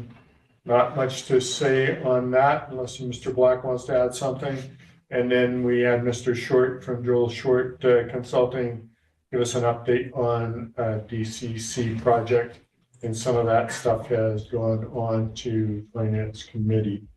Any comments from council? Seeing none, moving on now to Fire Smart. Councillor Stapehurst. Yes, this is a Fire Smart meeting that occurred on February 27th, 2025. Well attended, lots of enthusiasm in that group, lots of initiatives being undertaken. Special note of gratitude to Ms. Marfleet and Ms. Hamilton for all of the efforts that they've undertaken. And as we move forward, we'll be looking at some alertable apps updates, and yeah, that's about it. Thank you. Great. Moving on to Finance Committee, Acting Mayor Cherry had chaired that meeting. Any comments? Yeah, I'm just curious if we should comment on this before the minutes are adopted to tomorrow's meeting. And if not, if we should, then I'll just quickly give an update. You can just give an update on the minutes. We're not. All right, the group was presented This is with basically what's happened, that's all. Okay, the group was presented with an update to the DCC bylaw, including surveys and feedback from residents. Discussion arose about municipal assist factors, phasing in rates, and the impact of different assist factors on DCCs, CPI increases, future updates, etc. The committee recommended to council that the DCCs move forward based on floor area. There was a conversation about tax distribution. A discussion took place regarding about changes to the tax distribution and shifts between classes. A motion was made but was deferred to the next meeting on that. Perfect. Good. Any other comments from council? Seeing none, I will move on to Environmental Advisory Committee, Councillor Staplenhurst. Yeah, so Environmental Advisory Committee finally had quorum. We adopted the minutes from 2023, I believe, and we Wow. appointed a new chair and co-chair. So my congratulations to Ms. Boyle and Ms. Nickel for those two appointments. All right, any comments from council? And none, moving on to Revelstoke Area Economic Development Commission minutes. Councillor Orlando. Thank you. Again, moving quickly, just a few quick items. Airport update. The commission requested staff provide more background and paperwork on next steps for the project. There was a staffing update noting the departure of Director of Community Economic Development, Ryan Watmow, and appointment of the new Community Economic Development Coordinator, a new Community Economic Development Coordinator in Megan McIsaac. There was, again, work on the resort development strategy, and brief update on the multi-purpose facility, and actually a lot of stuff going on here. So we've had other sort of quite a bit going on, but for the purpose of time, I'm just going to move forward. Okay. Any comments from council? Just a question about the airport. Was the committee in favor of the airport being taken over by the city, or are they overall against it?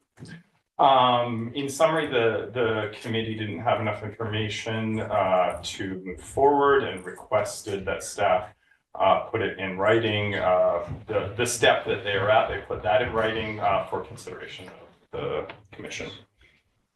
Okay. Is there follow-up? No. Okay. APC, Councillor Cherry. Yeah. Old biz, the APC still without a vice chair. We're hoping to have a vote once the entire group is there, and this is expected to happen at the next meeting. With council members, we sent back the road naming, although not shown in the minutes. There was a discussion centered on whether this was an appropriate use of the APC's time. Ultimately, they had no issue with the name Pickler Court. They noted that it was difficult to provide feedback on names due to an outdated DS12 policy DS12. The commission recommends that council update DS12 to provide guidance on road naming applications in the future. Conversation about the merging of the APC and the Heritage Commissions. Due to Heritage no longer having quorum, the idea was pitched to merge the two groups. There's already overlap in members between the two groups, including staff and myself, and it was deemed a good use of both staff, council, and volunteers' time, as many of the applications that come forward nowadays actually go to both. The APC was supportive in principle of the merging, pending a review of the amendments to the APC bylaw 1650 prior to formal council consideration. Lastly, the conversation regarding the short-term rental update. Director Simon provided a review of the proposed short-term rental overview. The APC understands many of the difficult viewpoints and issues as a whole and the complexities around them. Great. Looking forward to being part of it in the future. Good. Any other comments from council? Seeing none, I'll move on to governance committee meeting minutes. We met briefly, went over a few things. Councillor Palmer and I didn't have time to read through all of the recommendations, so we will bring that back at our next meeting and deal with those things. Any comments from council? Seeing none, I will now go to questions from the press. Mr. Lindquist, you're in the gallery. Any questions?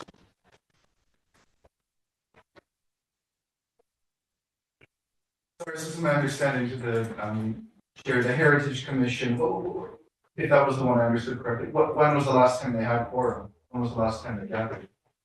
It wasn't the Heritage Commission, it was the Environmental Advisory Committee.